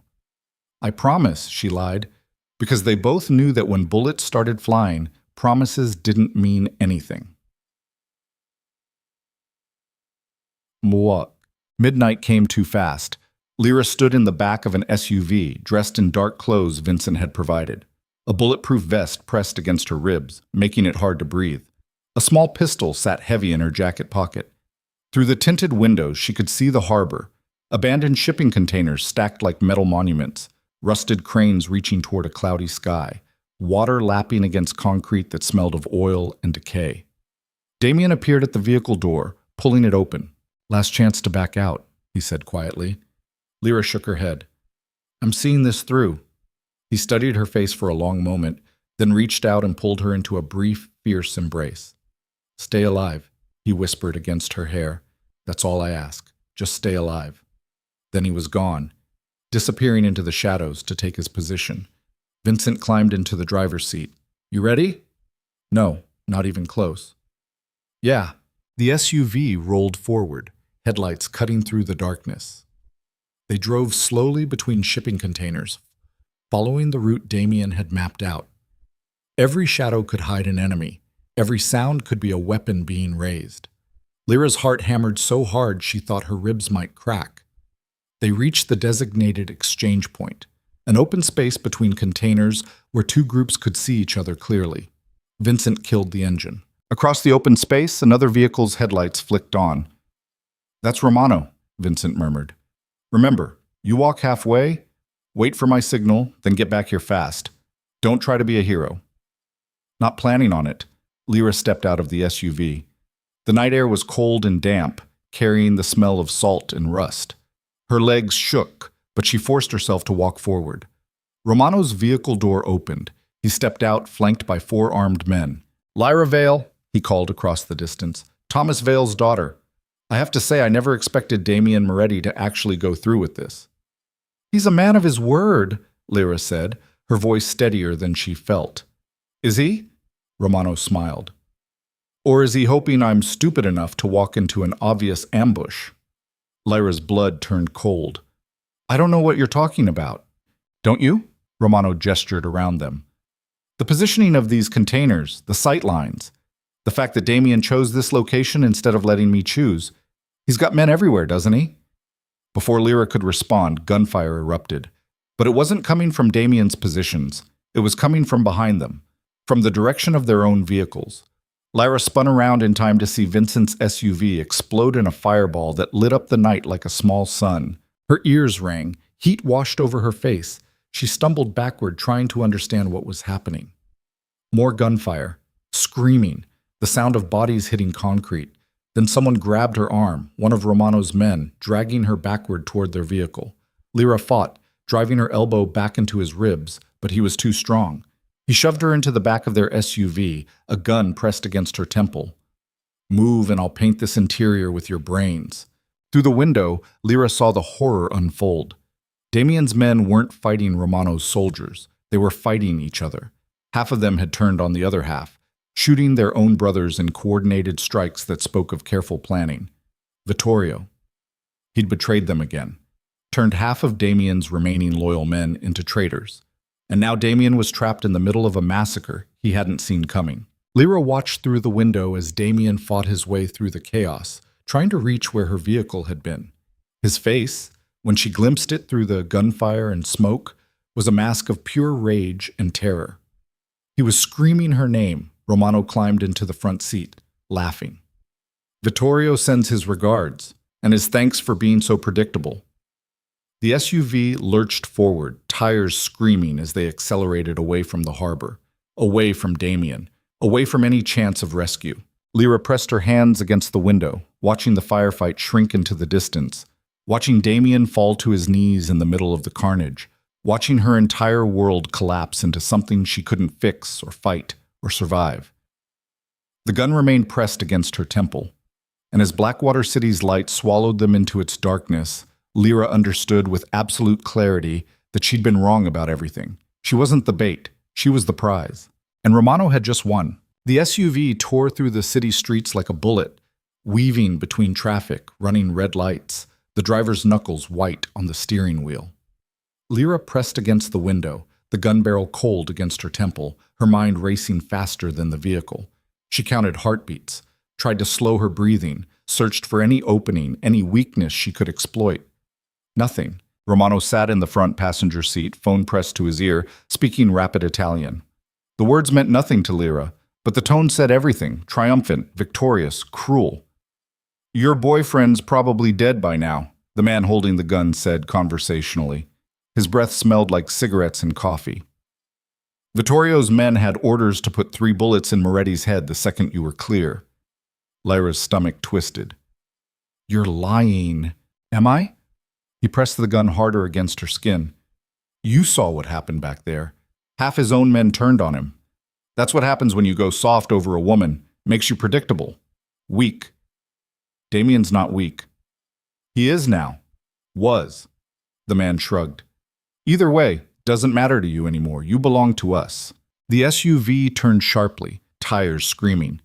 They'd left the main streets, heading into the industrial district, the same area where the factory had been, where Serafina and Nico had been held, where everything had started to fall apart. Romano finished his call, turning to look at Lyra through the gap between the seats. "You know what's funny? Vittorio didn't even want money for his help, just wanted his nephew gone. Said the Moretti family would be better off with new leadership." "He'll never hold it," Lyra said. "The other families won't accept him." "They don't have to accept him. They just have to accept that Damien Moretti is finished." Romano's smile was all teeth. "And you're going to help ensure that."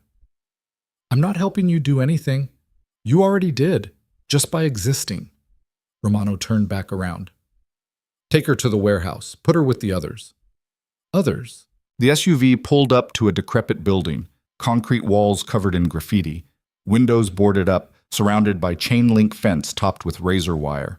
2 armed guards stood at the entrance, opening the gate as they approached. The man with the gun grabbed Lyra's arm, dragging her out of the vehicle. She stumbled, her side screaming in protest. The stitches had definitely torn again. She could feel wetness spreading under her shirt. They hauled her through the entrance, down a dark hallway that reeked of mold and urine, past empty rooms filled with broken furniture and needles. Then down a metal staircase into a basement.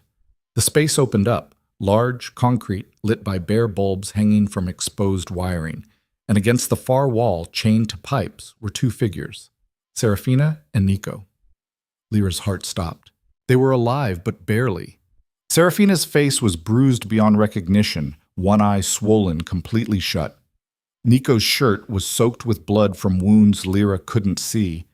Both of them looked up as she was dragged in, and the devastation in their eyes cut deeper than any blade. "No," Serafina whispered. "No, you were supposed to be... Damien was supposed to..." "Change of plans," Romano said, following them down. "Vittorio came through. Your brother walked right into our trap, and now we have all 3 of you."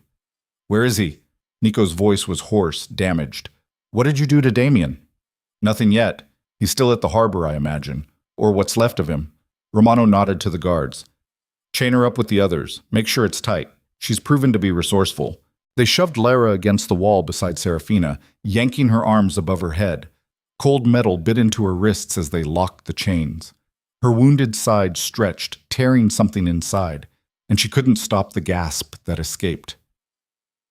"Easy," Serafina murmured. "Don't fight it. Save your strength." The guards stepped back. Romano walked slowly in front of them, studying his prizes like artwork in a gallery. 3 Morettis. Well, 2.5. You're just the daughter of a traitor, but close enough. He stopped in front of Lyra. "Here's what happens next. We're going to send photos to what's left of the Moretti organization, show them their leaders, broken and helpless.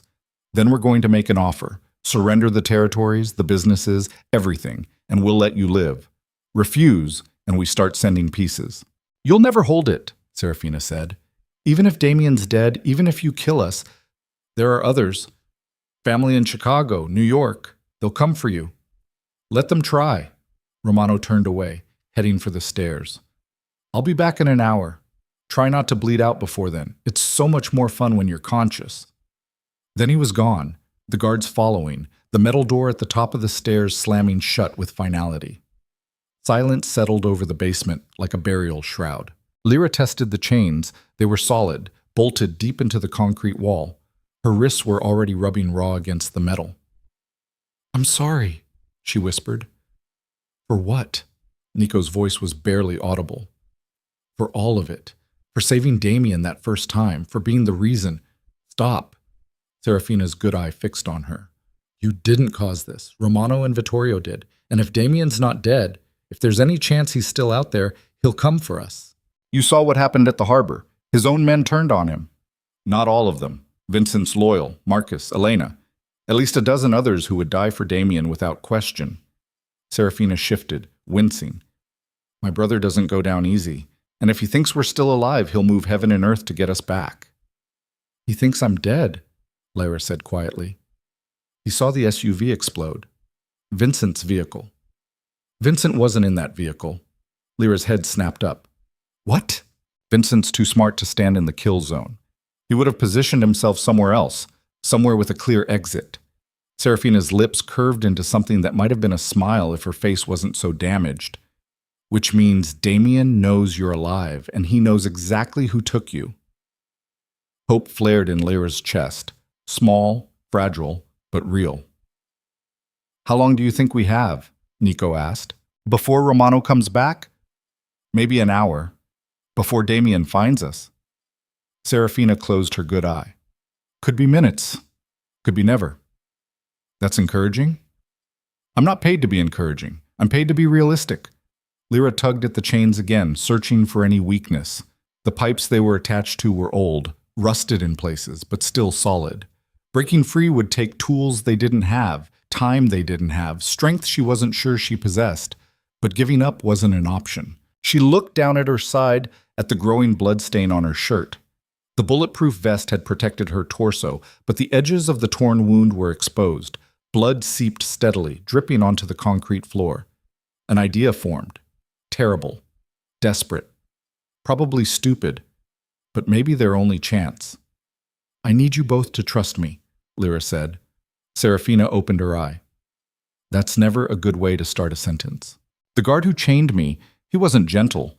The wound in my side tore open completely. Lyra took a breath, steeling herself. If I can make it worse, if I can make it look like I'm bleeding out, they might come down to check on me. Romano wants us alive for the photos. He can't send corpses. You want to fake dying to lure them down here? Nico shook his head. That's insane. You have a better idea? Silence. I thought not. Lyra looked at the chains on her wrists, then at the rusty pipe she was attached to, sharp edges where the metal had corroded. When they come down, I'll need you both to distract them. Scream, thrash, whatever it takes to keep their attention off me for a few seconds. And then what? Serafina asked. Then I kill them. The words hung in the air, cold and final. You've never killed anyone, Nico said quietly. I shot Romano at the factory. That's not the same as killing a man with your bare hands. Then I guess I'll learn. Lyra met his eyes, saw the doubt there, the fear. Not of what she was proposing, but of what it would cost her. I'm done being helpless. Done being the victim. If we're getting out of here, I need to become someone else. Serafina studied her for a long moment. Your father would be proud and horrified. My father lied to me my entire life. I don't care what he'd think. Lyra twisted her body, pressing the torn wound against the sharp edge of the pipe. Pain exploded through her side, white hot and devastating. She bit down on a scream, tasting blood. Lyra, stop! Nico started, but she couldn't stop. She ground the wound against the rusted metal, feeling tissue tear, feeling blood flow faster. Her vision went gray at the edges. Nausea rolled through her stomach, but she kept going until the pain became too much, and darkness pulled at her consciousness. She let it take her. Let her body go slack against the chains. Let the blood pool on the floor beneath her feet. And waited. Voices filtered through the fog.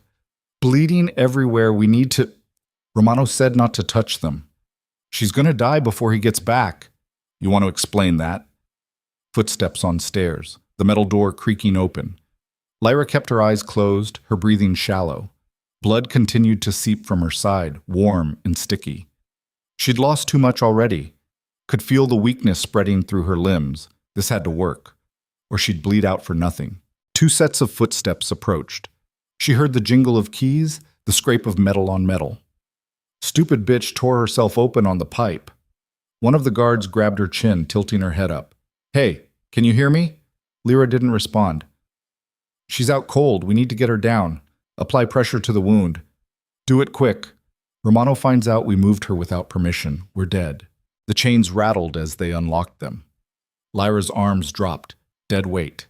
She let herself collapse forward, into the guard's arms. He cursed, struggling to hold her weight. Help me get her on the ground. Now. Lyra's eyes snapped open. Her hand shot out, grabbing the knife sheathed at the guard's belt. In one fluid motion, instinct and desperation, and something darker she didn't want to examine, she drove it up under his jaw.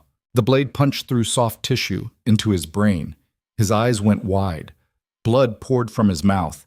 Lyra twisted the knife and pulled it free. The guard collapsed. The second guard reached for his gun, but Serafina was already moving. Despite the chains, despite her injuries, she drove her feet into his knee, shattering it sideways. He screamed, falling. Lyra was on him before he hit the ground. The knife found his throat, opening it in a spray of arterial blood that painted her face, her hands, everything. He gurgled, choking on his own blood, hands clawing at the wound. Lyra held the knife there until he stopped moving. Then she rolled off him, gasping, shaking, covered in blood that wasn't hers. Lyra. Serafina's voice cut through the shock. The keys, get the keys. Right, keys. Lyra's hand shook so badly she could barely grip the key ring. She tried 3 keys before finding the right one, unlocking Serafina's chains, then Nico's. Serafina immediately moved to the dead guards, searching for weapons. She found 2 pistols, checking the magazines with practiced efficiency. "We need to move. More guards will come when these 2 don't report back." She tossed 1 pistol to Nico, keeping the other. "Can you walk?" Nico tested his weight, grimacing. "I can move. Fast enough." They both looked at Lyra. She stood there swaying, blood dripping from her hands, the knife still clutched in her fist. The reality of what she'd just done crashed over her like a wave. She'd killed them, 2 men. Felt the blade slide through flesh, watched the light fade from their eyes. "Lyra," Serafina grabbed her shoulders. "I need you to come back, right now. We don't have time for shock." "I killed them." "Yes. And you saved our lives. Now we need to save yours." Serafina pulled the knife from her grip, wiping it clean on one of the dead guard's shirts. "Can you walk?" Lyra nodded. She didn't trust her voice. They moved to the stairs, Serafina leading, gun raised. The basement door was unlocked. The guards had left it open when they'd rushed down. The hallway beyond was empty.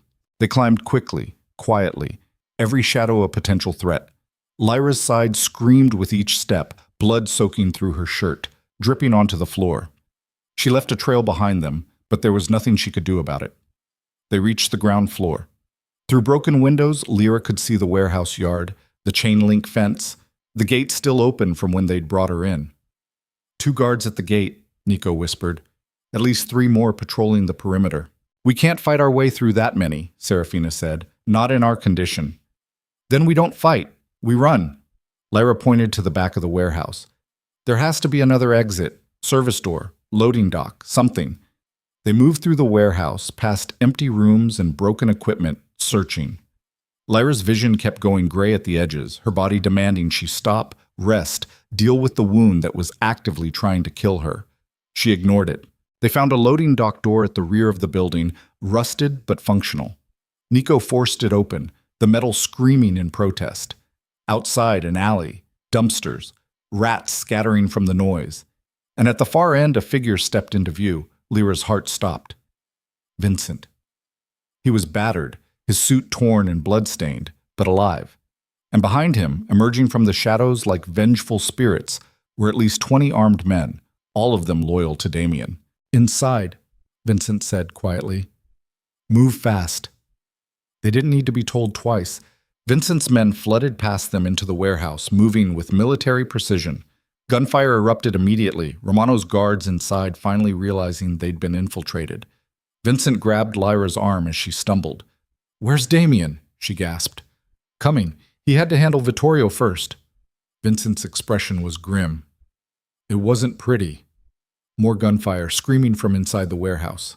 Then an explosion that shook the ground, blowing out windows on the 2nd floor. Vincent pulled them further into the alley, away from the combat zone. "We need to get you 3 to safety." "No!" Serafina yanked her arm free. "I'm not leaving until Romano's dead." "Serafina, he tortured us for days, beat information out of Nico, made us watch each other suffer." Her voice shook with rage. "I'm not running. Not this time." Nico nodded, his face hard. "We finish this, tonight." Vincent looked like he wanted to argue, but the determination in their eyes stopped him. Instead, he turned to Lyra. "You need medical attention. The bleeding." "I can wait." Lyra's voice came out stronger than she felt. "Where's Damien?" "On his way. He took a team to Vittorio's safe house. Should be here in—" The roar of engines cut him off. 3 SUVs tore into the alley, tires screaming. The doors flew open before they'd fully stopped. And Damien stepped out. He looked like he'd walked through hell. Blood covered his clothes. His face was bruised, cut, one eye swollen, but his expression was pure murder. His eyes found Lyra across the alley. For one heartbeat, everything else fell away. The gunfire, the chaos, the war erupting around them. It was just the 2 of them, alive against all odds, bound by violence and blood, and something neither of them knew how to name. Then Damien was moving, crossing the distance in long strides, pulling her into his arms so fiercely she couldn't breathe. "I thought—" His voice broke. "When I saw the explosion, I'm okay." Lyra pressed her face against his chest, breathing him in, gunpowder and blood, and underneath it all, just him. I'm okay. You're bleeding.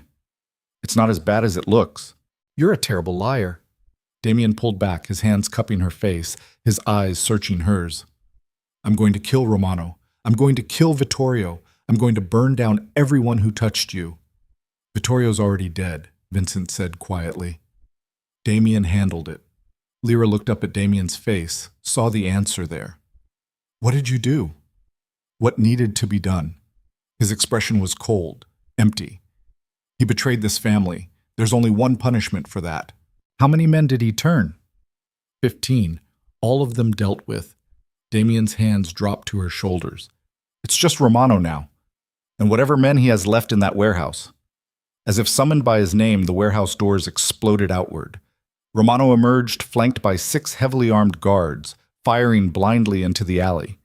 Vincent's men returned fire, but Romano's group had body armor, tactical training. They fought like professionals, like this wasn't their first war. Damien pushed Lyra behind one of the SUVs, his gun already drawn. Stay down. Don't move until this is over. Damien! But he was already gone, advancing on Romano's position with cold precision. His remaining men followed, laying down suppressing fire, pushing forward despite the hail of bullets coming their way. Lyra watched from behind the vehicle, her heart in her throat. This was it. The final confrontation. Everything had been building to this moment, every betrayal, every death, every choice that had led them here. Romano and his men fell back toward the warehouse entrance, using the building's structure as cover. They were pinned, but not broken. And Romano himself looked calm, calculating, like he'd planned for this scenario. Moretti! He shouted over the gunfire. You're too late. The other families already know what happened tonight. Know that your own men turned on you. You're finished. Then I've got nothing to lose, Damien shouted back. He gestured to his men, and they shifted formation, surrounding the warehouse entrance. No escape. Romano seemed to realize it at the same moment. His expression hardened. If I'm dying tonight, he called out, I'm taking all of you with me. He raised something in his hand. A detonator. Lyra's blood turned to ice. The warehouse is rigged, Romano said, his voice carrying through the sudden silence.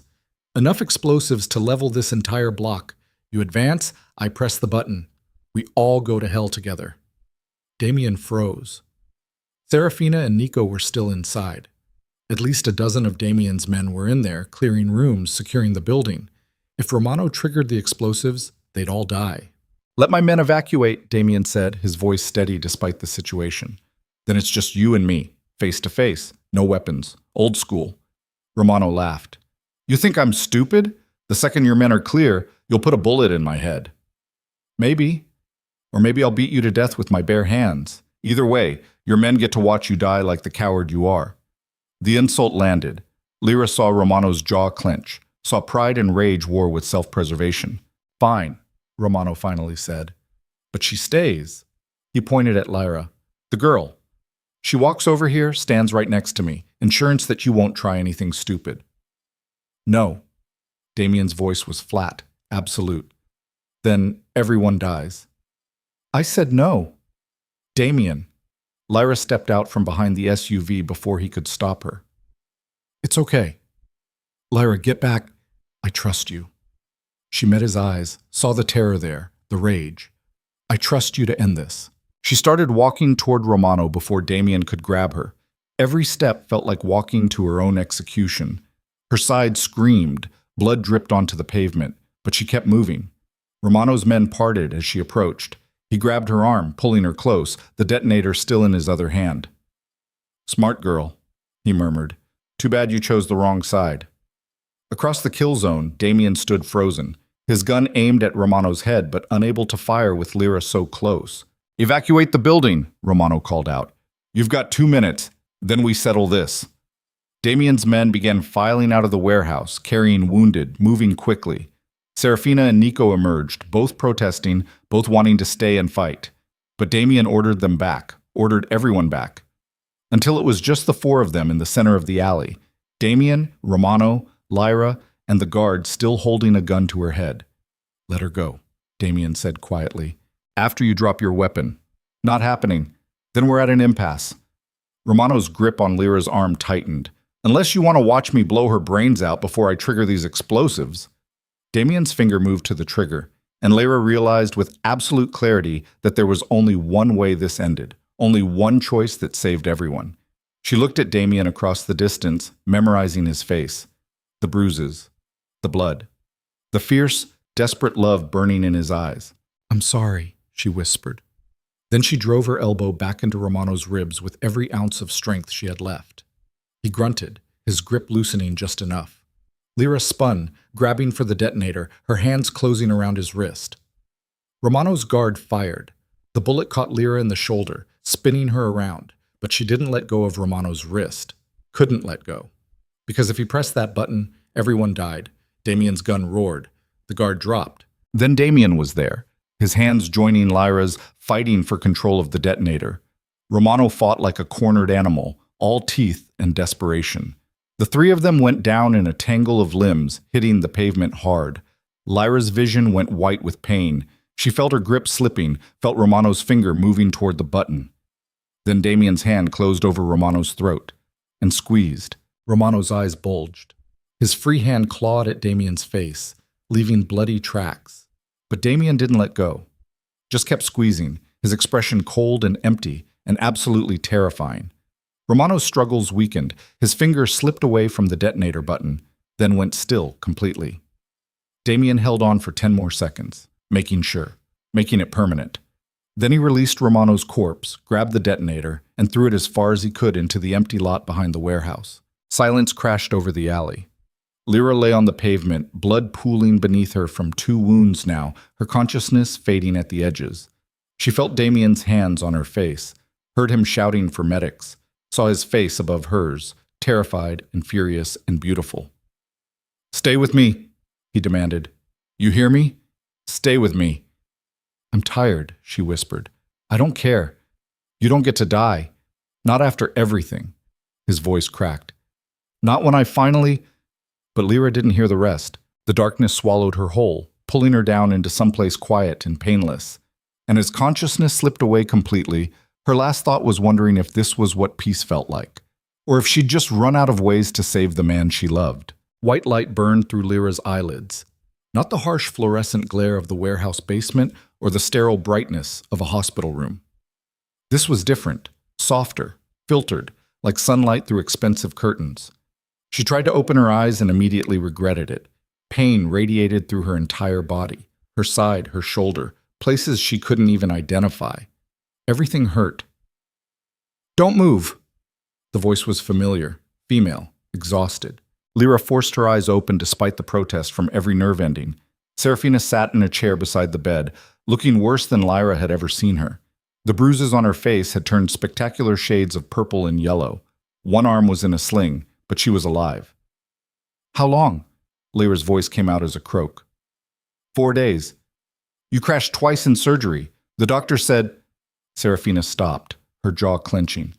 "It was close." Lyra tried to sit up and immediately abandoned the idea. "Romano?" "Dead." Damien made sure of it.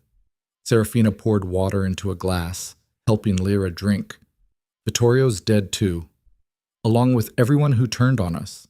It took 2 days, but Damien hunted down every traitor. Every single one." The water helped clear Lyra's throat, but it did nothing for the weight pressing on her chest. "How many?"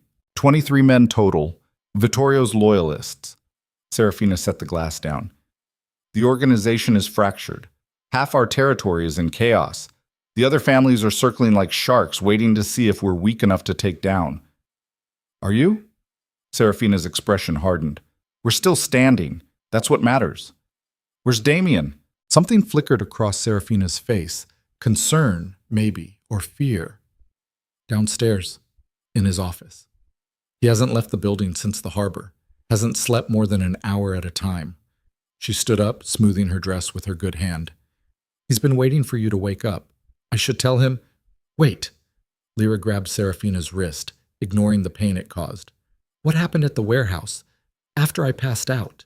Serafina was quiet for a moment. "The explosives were real. Enough C4 to level 3 city blocks. Damien had the bomb squad defuse them, but it took 8 hours. We couldn't move you until it was safe. She met Lyra's eyes. You saved a lot of lives that night, by grabbing Romano when you did. If he'd pressed that button, I didn't think. I just moved. That's becoming a pattern with you. Serafina pulled her wrist free gently. My brother was right about you. You have instincts most people don't, the kind that keep you alive in our world. I don't want to be in your world. Too late for that. Serafina walked toward the door. You killed 2 men with your bare hands. Took a bullet to stop Romano from murdering dozens. Whether you like it or not, you're one of us now. Then she left, and Lyra was alone with the weight of those words. She looked down at herself. Both arms were bandaged. IV lines ran into her veins. Monitors beeped steadily beside the bed, tracking vitals she didn't understand. Her body felt like it had been taken apart and poorly reassembled. But she was alive. Against all odds, despite every stupid decision she'd made, she was still breathing. The question was, for what? Footsteps in the hallway, heavy, purposeful. The door opened and Damien stepped inside. He looked like he'd aged 10 years and 4 days. Dark circles under his eyes so deep they looked like bruises. Stubble covering his jaw. His shirt was wrinkled, blood-stained, like he'd been wearing it for days. But his eyes were alive in a way they hadn't been before. Desperate, haunted, relieved. He stopped just inside the door like he didn't trust himself to come closer. You're awake, he said quietly. Apparently. The doctors said you'd pull through. I didn't believe them. I'm harder to kill than I look. I know. You've proven that 3 times now. Damien moved to the window, hands in his pockets, staring out at the city. I've been trying to figure out what to say to you, practice speeches, apologies, but it all sounds hollow. Lyra watched him, this man who'd derailed her entire life, who'd killed for her, who'd held her while she bled out in an alley. You don't owe me an apology. Yes, I do. Damien turned to face her. You saved my life that first night, and instead of letting you go, instead of giving you the chance to walk away, I trapped you. Convinced myself it was for your protection. But really? His jaw clenched. Really, I was being selfish, because you looked at me like I was human, like I could be something other than the monster this city made me. You're not a monster. I killed 23 men in 2 days, Lyra, hunted them down one by one, made sure they suffered before they died. His voice was flat, empty. That's not humanity. That's vengeance. That's justice. In your world. My world. Damien laughed bitterly. Look what my world did to you. You're lying in that bed with 2 bullet wounds and a stab injury you gave yourself just to escape. You've killed people, seen things that will haunt you for the rest of your life. And it's all because of me. Lyra pushed herself up straighter, biting back the pain. Stop. Stop what? Stop taking responsibility for my choices. Her voice came out stronger than she felt. I threw myself in front of that bullet. I refused to leave when you offered. I grabbed Romano's hand knowing I'd probably die. Those were my decisions, not yours. You wouldn't have had to make those decisions if I'd just let you go at the beginning. Maybe. Or maybe Romano would have found me anyway. Maybe I'd be dead in some alley with no one to even know my name. Lyra met his eyes. You gave me a choice, Damien. Stay and fight or run and hope. I chose to fight. That's on me. Damien stared at her for a long moment, and something in his expression cracked. The mask he wore so well, the cold, calculating crime boss, shattered completely. I thought you were dead, he whispered, when that SUV exploded. When I saw the flames, I thought I'd lost you. But you didn't. But I could have. I did lose you. For 4 days you were gone, and there was nothing I could do except wait and hope and pray to things I don't even believe in. He moved to the bed, sitting on the edge, careful not to jostle her injuries. His hand found hers, threading their fingers together. I can't do this anymore, he said quietly. Can't watch you almost die for me. Can't keep pulling you into wars that aren't yours to fight. Lyra's chest tightened. What are you saying? I'm saying you were right, about everything. You should leave. Get as far from me in this life as possible. I'll give you money, a new identity, protection, until you're settled somewhere safe. Damien's thumb traced circles on the back of her hand. And then I'll let you go. For real this time. The word should have been a relief. Freedom. Escape. Everything she'd been demanding since the night this all began. Instead, they felt like a knife twisting in her chest. And if I don't want to leave? Damien's eyes snapped to hers. What? If I don't want to leave, what then? Lyra, I'm asking a question. Answer it. Damien was silent for a long moment, his jaw working. Then you're insane, because staying here, staying with me, means living in constant danger, means watching me do terrible things to keep this organization running, means accepting that any day could be the day someone finally succeeds in killing me. I know. You'll never have a normal life, never have peace. I haven't had peace since I was 5 years old and my father left your world to protect me. Lyra squeezed his hand. Peace is overrated. This isn't a joke. Do I look like I'm joking? Lyra pulled his hand closer, pressing it against her chest where her heart hammered. I should hate you, should blame you for every terrible thing that's happened. But I don't. Because you're the first person who ever made me feel like I mattered, like I was worth protecting, worth fighting for. You are worth fighting for. That's why you need to leave. No, that's why I need to stay. Lyra's voice strengthened. Because you need someone who sees you as more than just a weapon. Someone who reminds you that you're human underneath all the violence and power. You deserve better than me. Maybe. But I don't want better. I want you. The confession hung between them, raw and honest and terrifying. Damien's hand trembled against her chest. You don't know what you're saying. Yes, I do. For the first time since this started, I know exactly what I'm saying. Lyra reached up, cupping his face with her free hand. I love you. I love the man who carried me when I couldn't walk, who held me while I bled, who destroyed his own organization trying to keep me safe. I love you, Damien Moretti, and I'm not leaving. Damien's eyes closed, and when they opened again, they were wet. I can't protect you from everything. I don't need you to protect me from everything. Just stand beside me when the worst comes. The worst is always coming. That's what it means to live in my world. Then we face it together. Damien leaned forward, pressing his forehead against hers. You're going to get yourself killed. Probably, but at least I'll die for something that matters. You matter to me. More than this organization, more than this city, more than anything. His voice broke. I love you, Lyra Vale. And that terrifies me more than any gun ever could.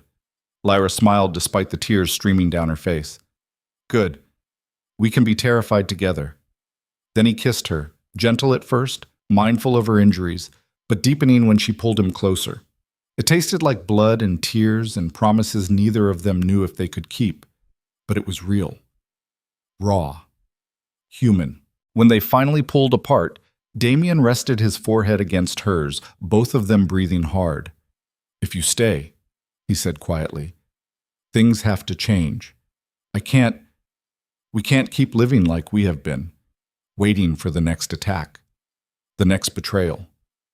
What are you proposing? Legitimacy, or as close as we can get. Damien pulled back, his expression thoughtful. The Moretti Foundation, it's been a front for laundering money, but it doesn't have to be. Serafina's been pushing for years to make it real, actually help people instead of just using charity as a cover. You'd give up the criminal empire? Not entirely. Some things, the docks, certain businesses, they're too deeply rooted to extract without destroying everything. But we can shift, redirect, make the organization about something other than just power and violence. He met her eyes. With you helping me, keeping me honest. That's a lot of responsibility. You've already proven you can handle it. You've survived everything this world threw at you. You can survive this too. Lyra thought about it. About the life he was describing. Dangerous still, but purposeful. About using the blood money for something that actually helped instead of destroyed. About standing beside this man and trying to make something good from all the darkness. Okay, she said finally. But on one condition. Name it. My mother. She needs to know I'm alive, and she needs to know the truth, all of it. Damien's expression tightened. Telling her the truth means telling her what your father really was, what you've become. I know, but I'm done with lies.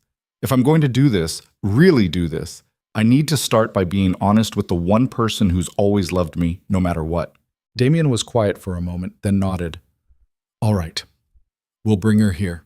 Tell her everything. And if she wants to leave, wants nothing to do with this life, we'll make sure she's protected and comfortable wherever she goes.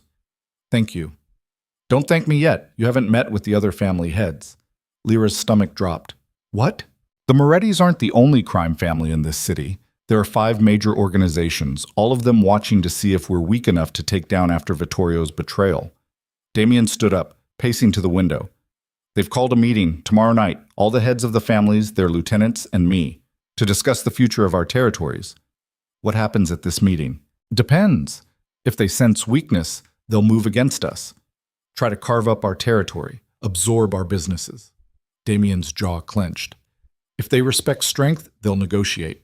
Maybe even form alliances. And you want me there. I need you there. He turned to face her. Because you're not just my weakness anymore. You're my strength. The woman who survived everything Romano and Vittorio threw at her, who killed with her bare hands to protect this family. They need to see that, need to understand that the Morettis are still dangerous. I can barely walk. Then we'll get you a wheelchair, or I'll carry you in myself. Damien's expression was fierce. But you're coming, because I'm done hiding you, done pretending you're just some waitress I'm protecting out of obligation. You're mine, and I want everyone in this city to know it. The possessiveness in his voice should have bothered her, should have made her want to fight back, assert her independence. Instead, it made her feel claimed, protected, chosen. Okay, she said, I'll be there. It won't be easy. They'll test you, try to find weaknesses, say things designed to make you crack. I've been shot 3 times, Damien. I think I can handle some gangsters being rude. His lips quirked into something that almost resembled a smile. You're either the bravest woman I've ever met or the most insane. Can it be both? This time he did smile, and Lyra realized it was the first real smile she'd seen from him since that night at the harbor. Her mother arrived the next morning. Lyra heard the commotion from her room, raised voices, someone crying, Serafina's calm attempts at explanation, then footsteps running down the hallway. The door burst open and Maria Vale rushed inside, her face pale with terror and relief. Lyra. Oh my God, Lyra. She collapsed beside the bed, grabbing Lyra's hand, sobbing so hard her whole body shook. Lyra held her, ignoring the pain it caused in her shoulder, letting her mother cry out weeks of fear and confusion. They told me you were on vacation, Maria gasped between sobs. A work retreat. Then that woman, Serafina, she came to my hotel and said there'd been an accident, that you were hurt. I thought you were dead. I'm okay, Mom. I'm okay. You're not okay. You're covered in bandages. They said you were shot, multiple times. Maria pulled back, her eyes red and swollen. What happened? Why are you here? Who are these people? Lyra took a breath, steeling herself. There's something I need to tell you about Dad, about who he really was. Her mother went very still. What about your father? He wasn't a construction worker. He was... Lyra hesitated, then pushed forward. He was part of a crime family, the Moretti family. He worked for them for 15 years before he left to protect us. The color drained from Maria's face. No, that's not... Your father was a good man. He was, but he was also a criminal, a mobster, and I... Lyra's voice cracked. I've become part of his old world. The night of the shooting at the restaurant, I saved a man's life. Damien Moretti, the head of Dad's old family, and that pulled me into a war I couldn't escape. Maria stood up, backing away from the bed. This is insane. You need to leave, right now. We'll go to the police. The police can't help, Mom. The people who came after me, they have connections everywhere. The only reason I'm alive is because Damien protected me. Damien. Maria's voice turned cold. The man who dragged my daughter into this nightmare. I dragged myself into it by making a choice. Lyra met her mother's eyes. And I'm choosing to stay. Stay? You can't... Lyra, these people are killers. I know. I've killed people too. The confession hung in the air like poison gas. Maria stumbled backward, grabbing the wall for support. What? 2 men. To escape. To save Damien's family. Lyra's voice was steady despite the tears streaming down her face. I'm not the daughter you raised anymore. I can't go back to that life. Can't pretend I didn't do those things. Then what are you? I don't know yet, but I'm trying to figure it out.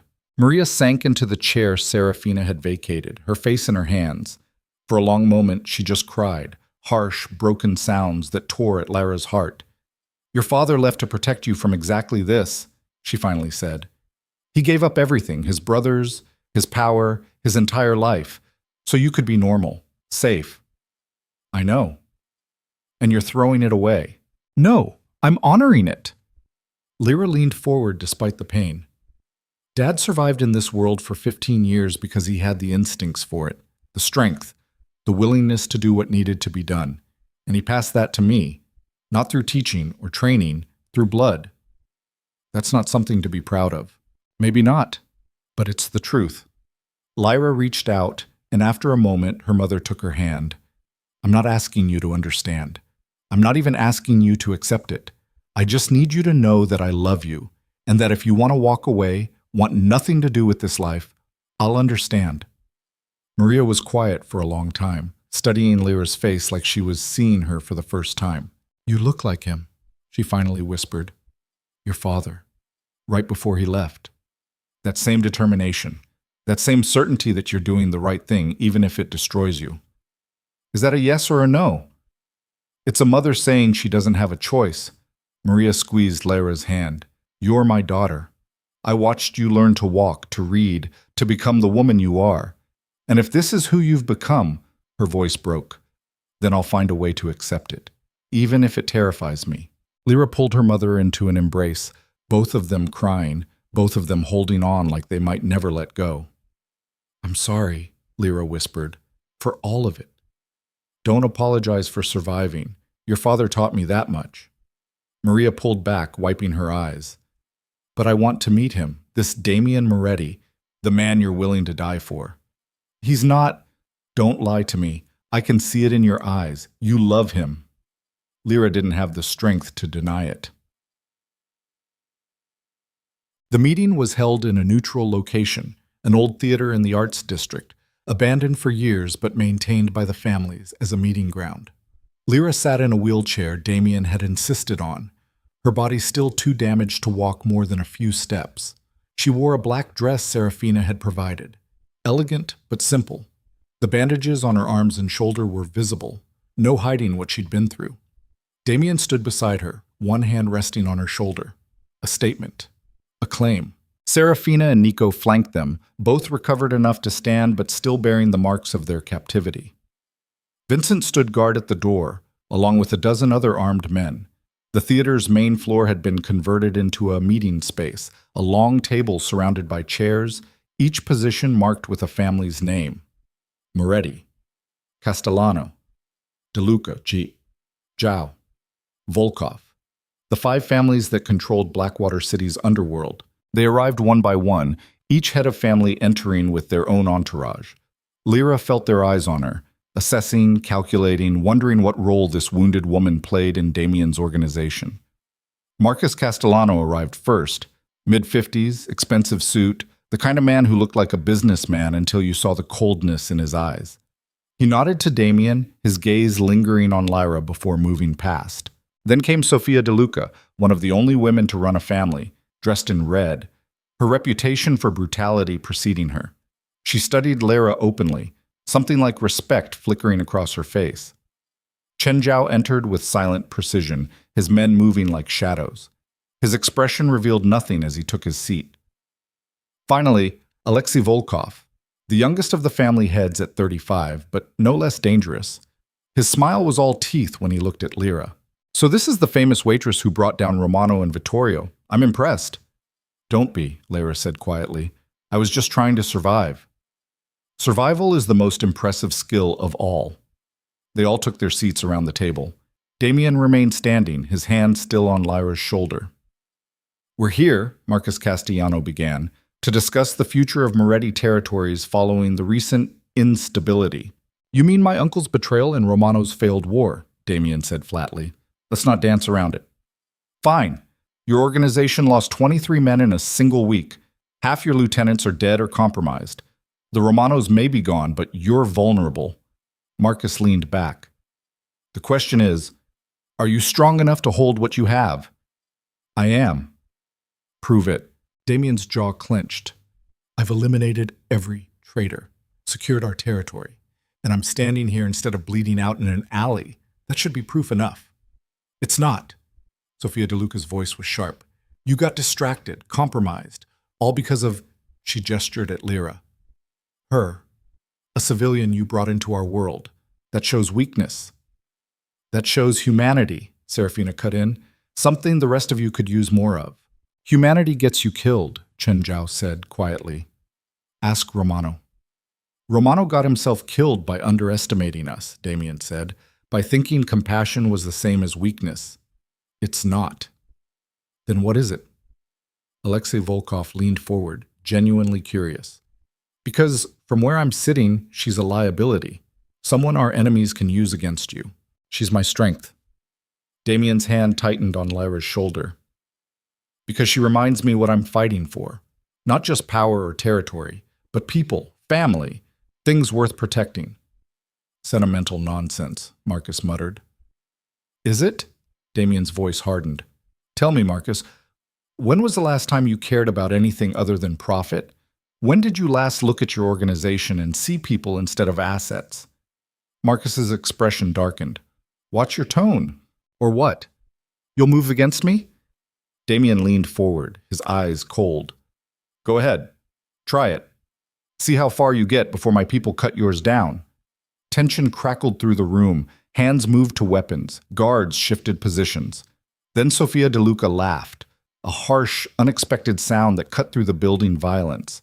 I like him, she said. Got more balls than sense, but I like him. She looked at Lyra. And you?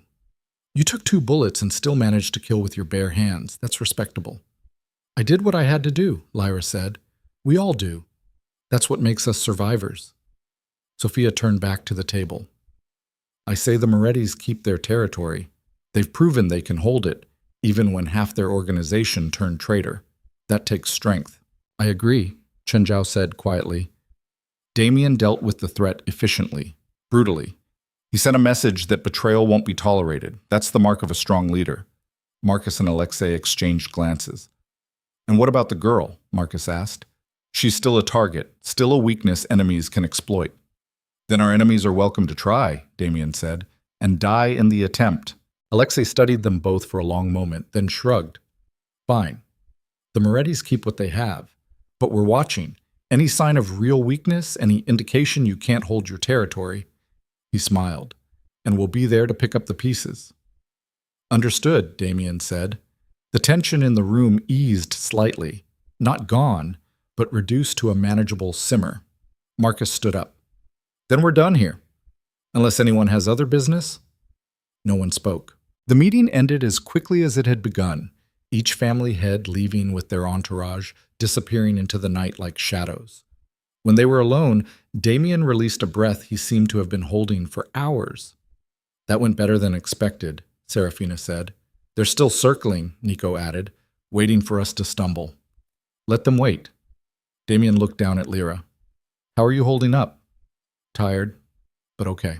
You were incredible, calm under pressure. Didn't show any fear. I was terrified. I know. But you didn't let them see it. That's what matters. Vincent appeared from the shadows. The car's ready. We should move before someone decides to change their mind about peace. They made their way out of the theater into the cool night air. Blackwater City sprawled around them, lights and shadows, beauty and decay, violence and hope all mixed together. Lyra looked up at the skyline, at this city that had tried to kill her multiple times, and felt something settle in her chest. Not peace exactly, but acceptance. This was her world now, for better or worse. 3 months later. The Moretti Foundation's new community center opened in the poorest neighborhood in Blackwater City. It wasn't just a front anymore. It was real, funded by Damien's blood money, sure, but serving actual people. Free healthcare, job training programs, after-school care for kids whose parents worked 3 jobs just to survive. Lyra stood in the entrance, watching families stream through the doors. Her side still ached sometimes, a dull reminder of everything she'd been through. Her shoulder would never have full range of motion again, but she was alive, fighting, making something good from all the darkness. Penny for your thoughts. Damien appeared beside her, dressed casually for once, jeans and a sweater instead of his usual expensive suits.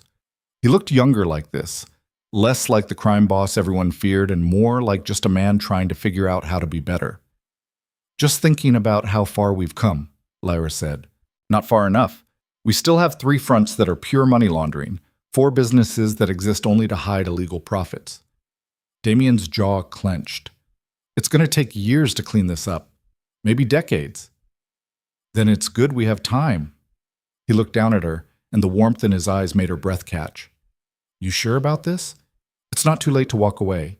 Find something safer. I'm sure. Lyra took his hand, threading their fingers together.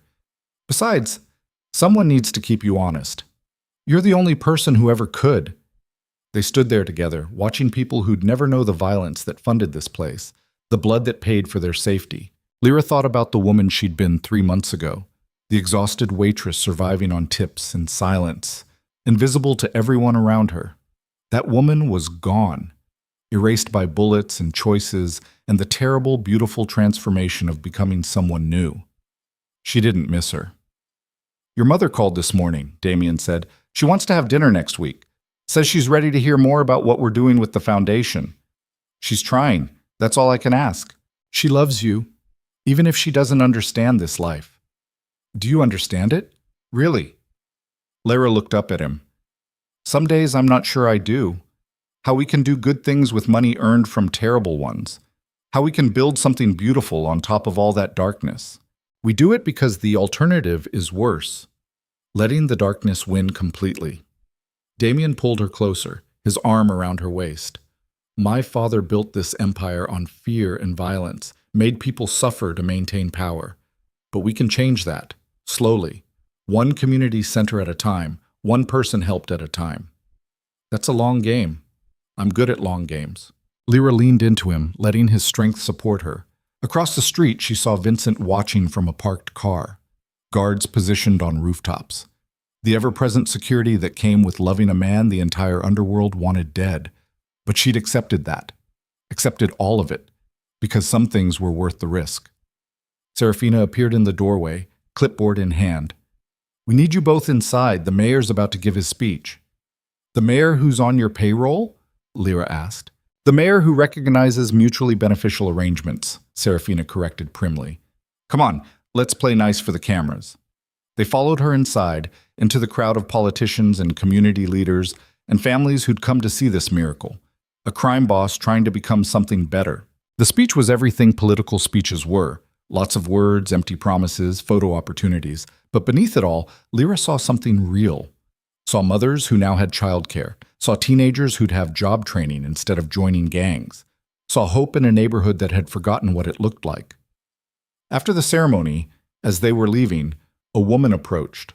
Late 40s, tired eyes, work-worn hands. Mr. Moretti? Her voice shook.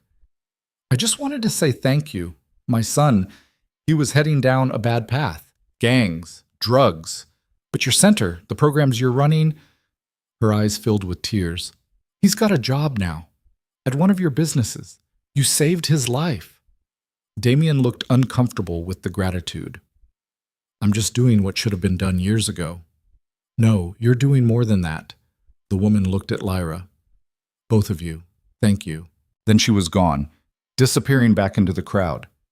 Damien was quiet on the drive back to the penthouse. Lyra watched the city pass by the windows, this place that had tried to break her, that had forged her into someone new.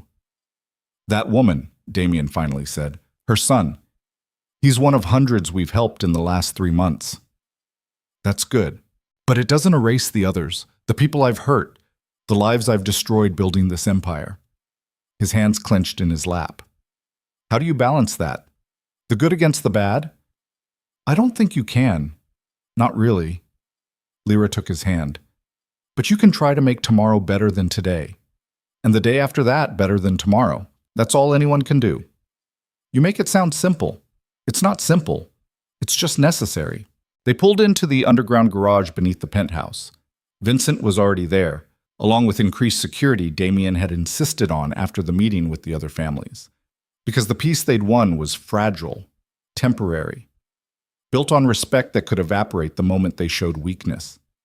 But for now, it held. Inside the penthouse, Lyra headed for the bedroom, exhaustion pulling at her bones. The wound in her side had healed, but it still tired her faster than before. She'd need rest if she was going to be functional tomorrow. Damien caught her hand as she passed. "Stay, just for a minute." She let him pull her to the window, to the view overlooking the city. Blackwater sprawled below them, a living thing of light and shadow, beauty and danger all mixed together. "I never thanked you," Damien said quietly.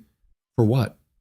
"For staying, for choosing this life when you could have walked away, for being the person who keeps me tethered to my humanity when everything else is trying to pull me into darkness. You don't need to thank me for that." "Yes, I do, because I know what it costs you." He turned to face her, cupping her face in his hands. "Every day you're with me, you're at risk. Every enemy I make becomes your enemy. Every war I fight becomes your war." "I know. And you're okay with that?" Lyra thought about it, really thought about it, about the bullets she'd taken, the men she'd killed, the blood on her hands that would never fully wash away, about the life she'd given up for this one. "I'm not okay with it," she finally said, "but I'm choosing it anyway, because the alternative, a safe, quiet life without you, feels like dying slowly." "You're insane."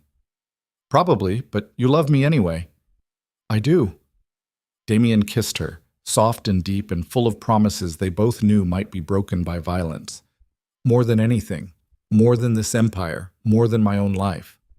"Don't say that. You can't protect me if you're dead." "Then I'll just have to stay alive." They stood there at the window, two people bound by blood and violence and something fiercer than either. Outside, the city pulsed with life. Sirens wailing, voices calling, the endless rhythm of survival. Somewhere in those streets, new threats were forming, new enemies plotting, new wars preparing to ignite. But for now, in this moment, they had peace. And that was enough. Lyra pressed her hand against her side, feeling the scar beneath her clothes. The mark that had changed everything, that had pulled her from invisibility into a world where she mattered, for better and worse. "You were the first man who ever looked at me like I mattered," she whispered, echoing words she'd said months ago. Damien's arms tightened around her. "You were the first person who ever looked at me and saw someone worth saving." They stayed there as night deepened over Blackwater City, watching the lights spread like stars across the darkness. Two people who'd found each other in the worst possible way, who'd survived the worst possible things, who'd chosen each other despite every reason not to. The king of the underworld and the woman who'd taken a bullet to save him. Still standing, still fighting, still hoping that tomorrow could be better than today. In the distance, snow began to fall, the first of the season, covering the city's scars in white. Beautiful and temporary, like every moment of peace in a world built on violence. But beautiful nonetheless. And as Damien Moretti held Lyra Vale against his chest, feeling her heartbeat steady and strong, he understood for the first time what peace actually felt like. Not the absence of danger, but the presence of someone worth facing it for.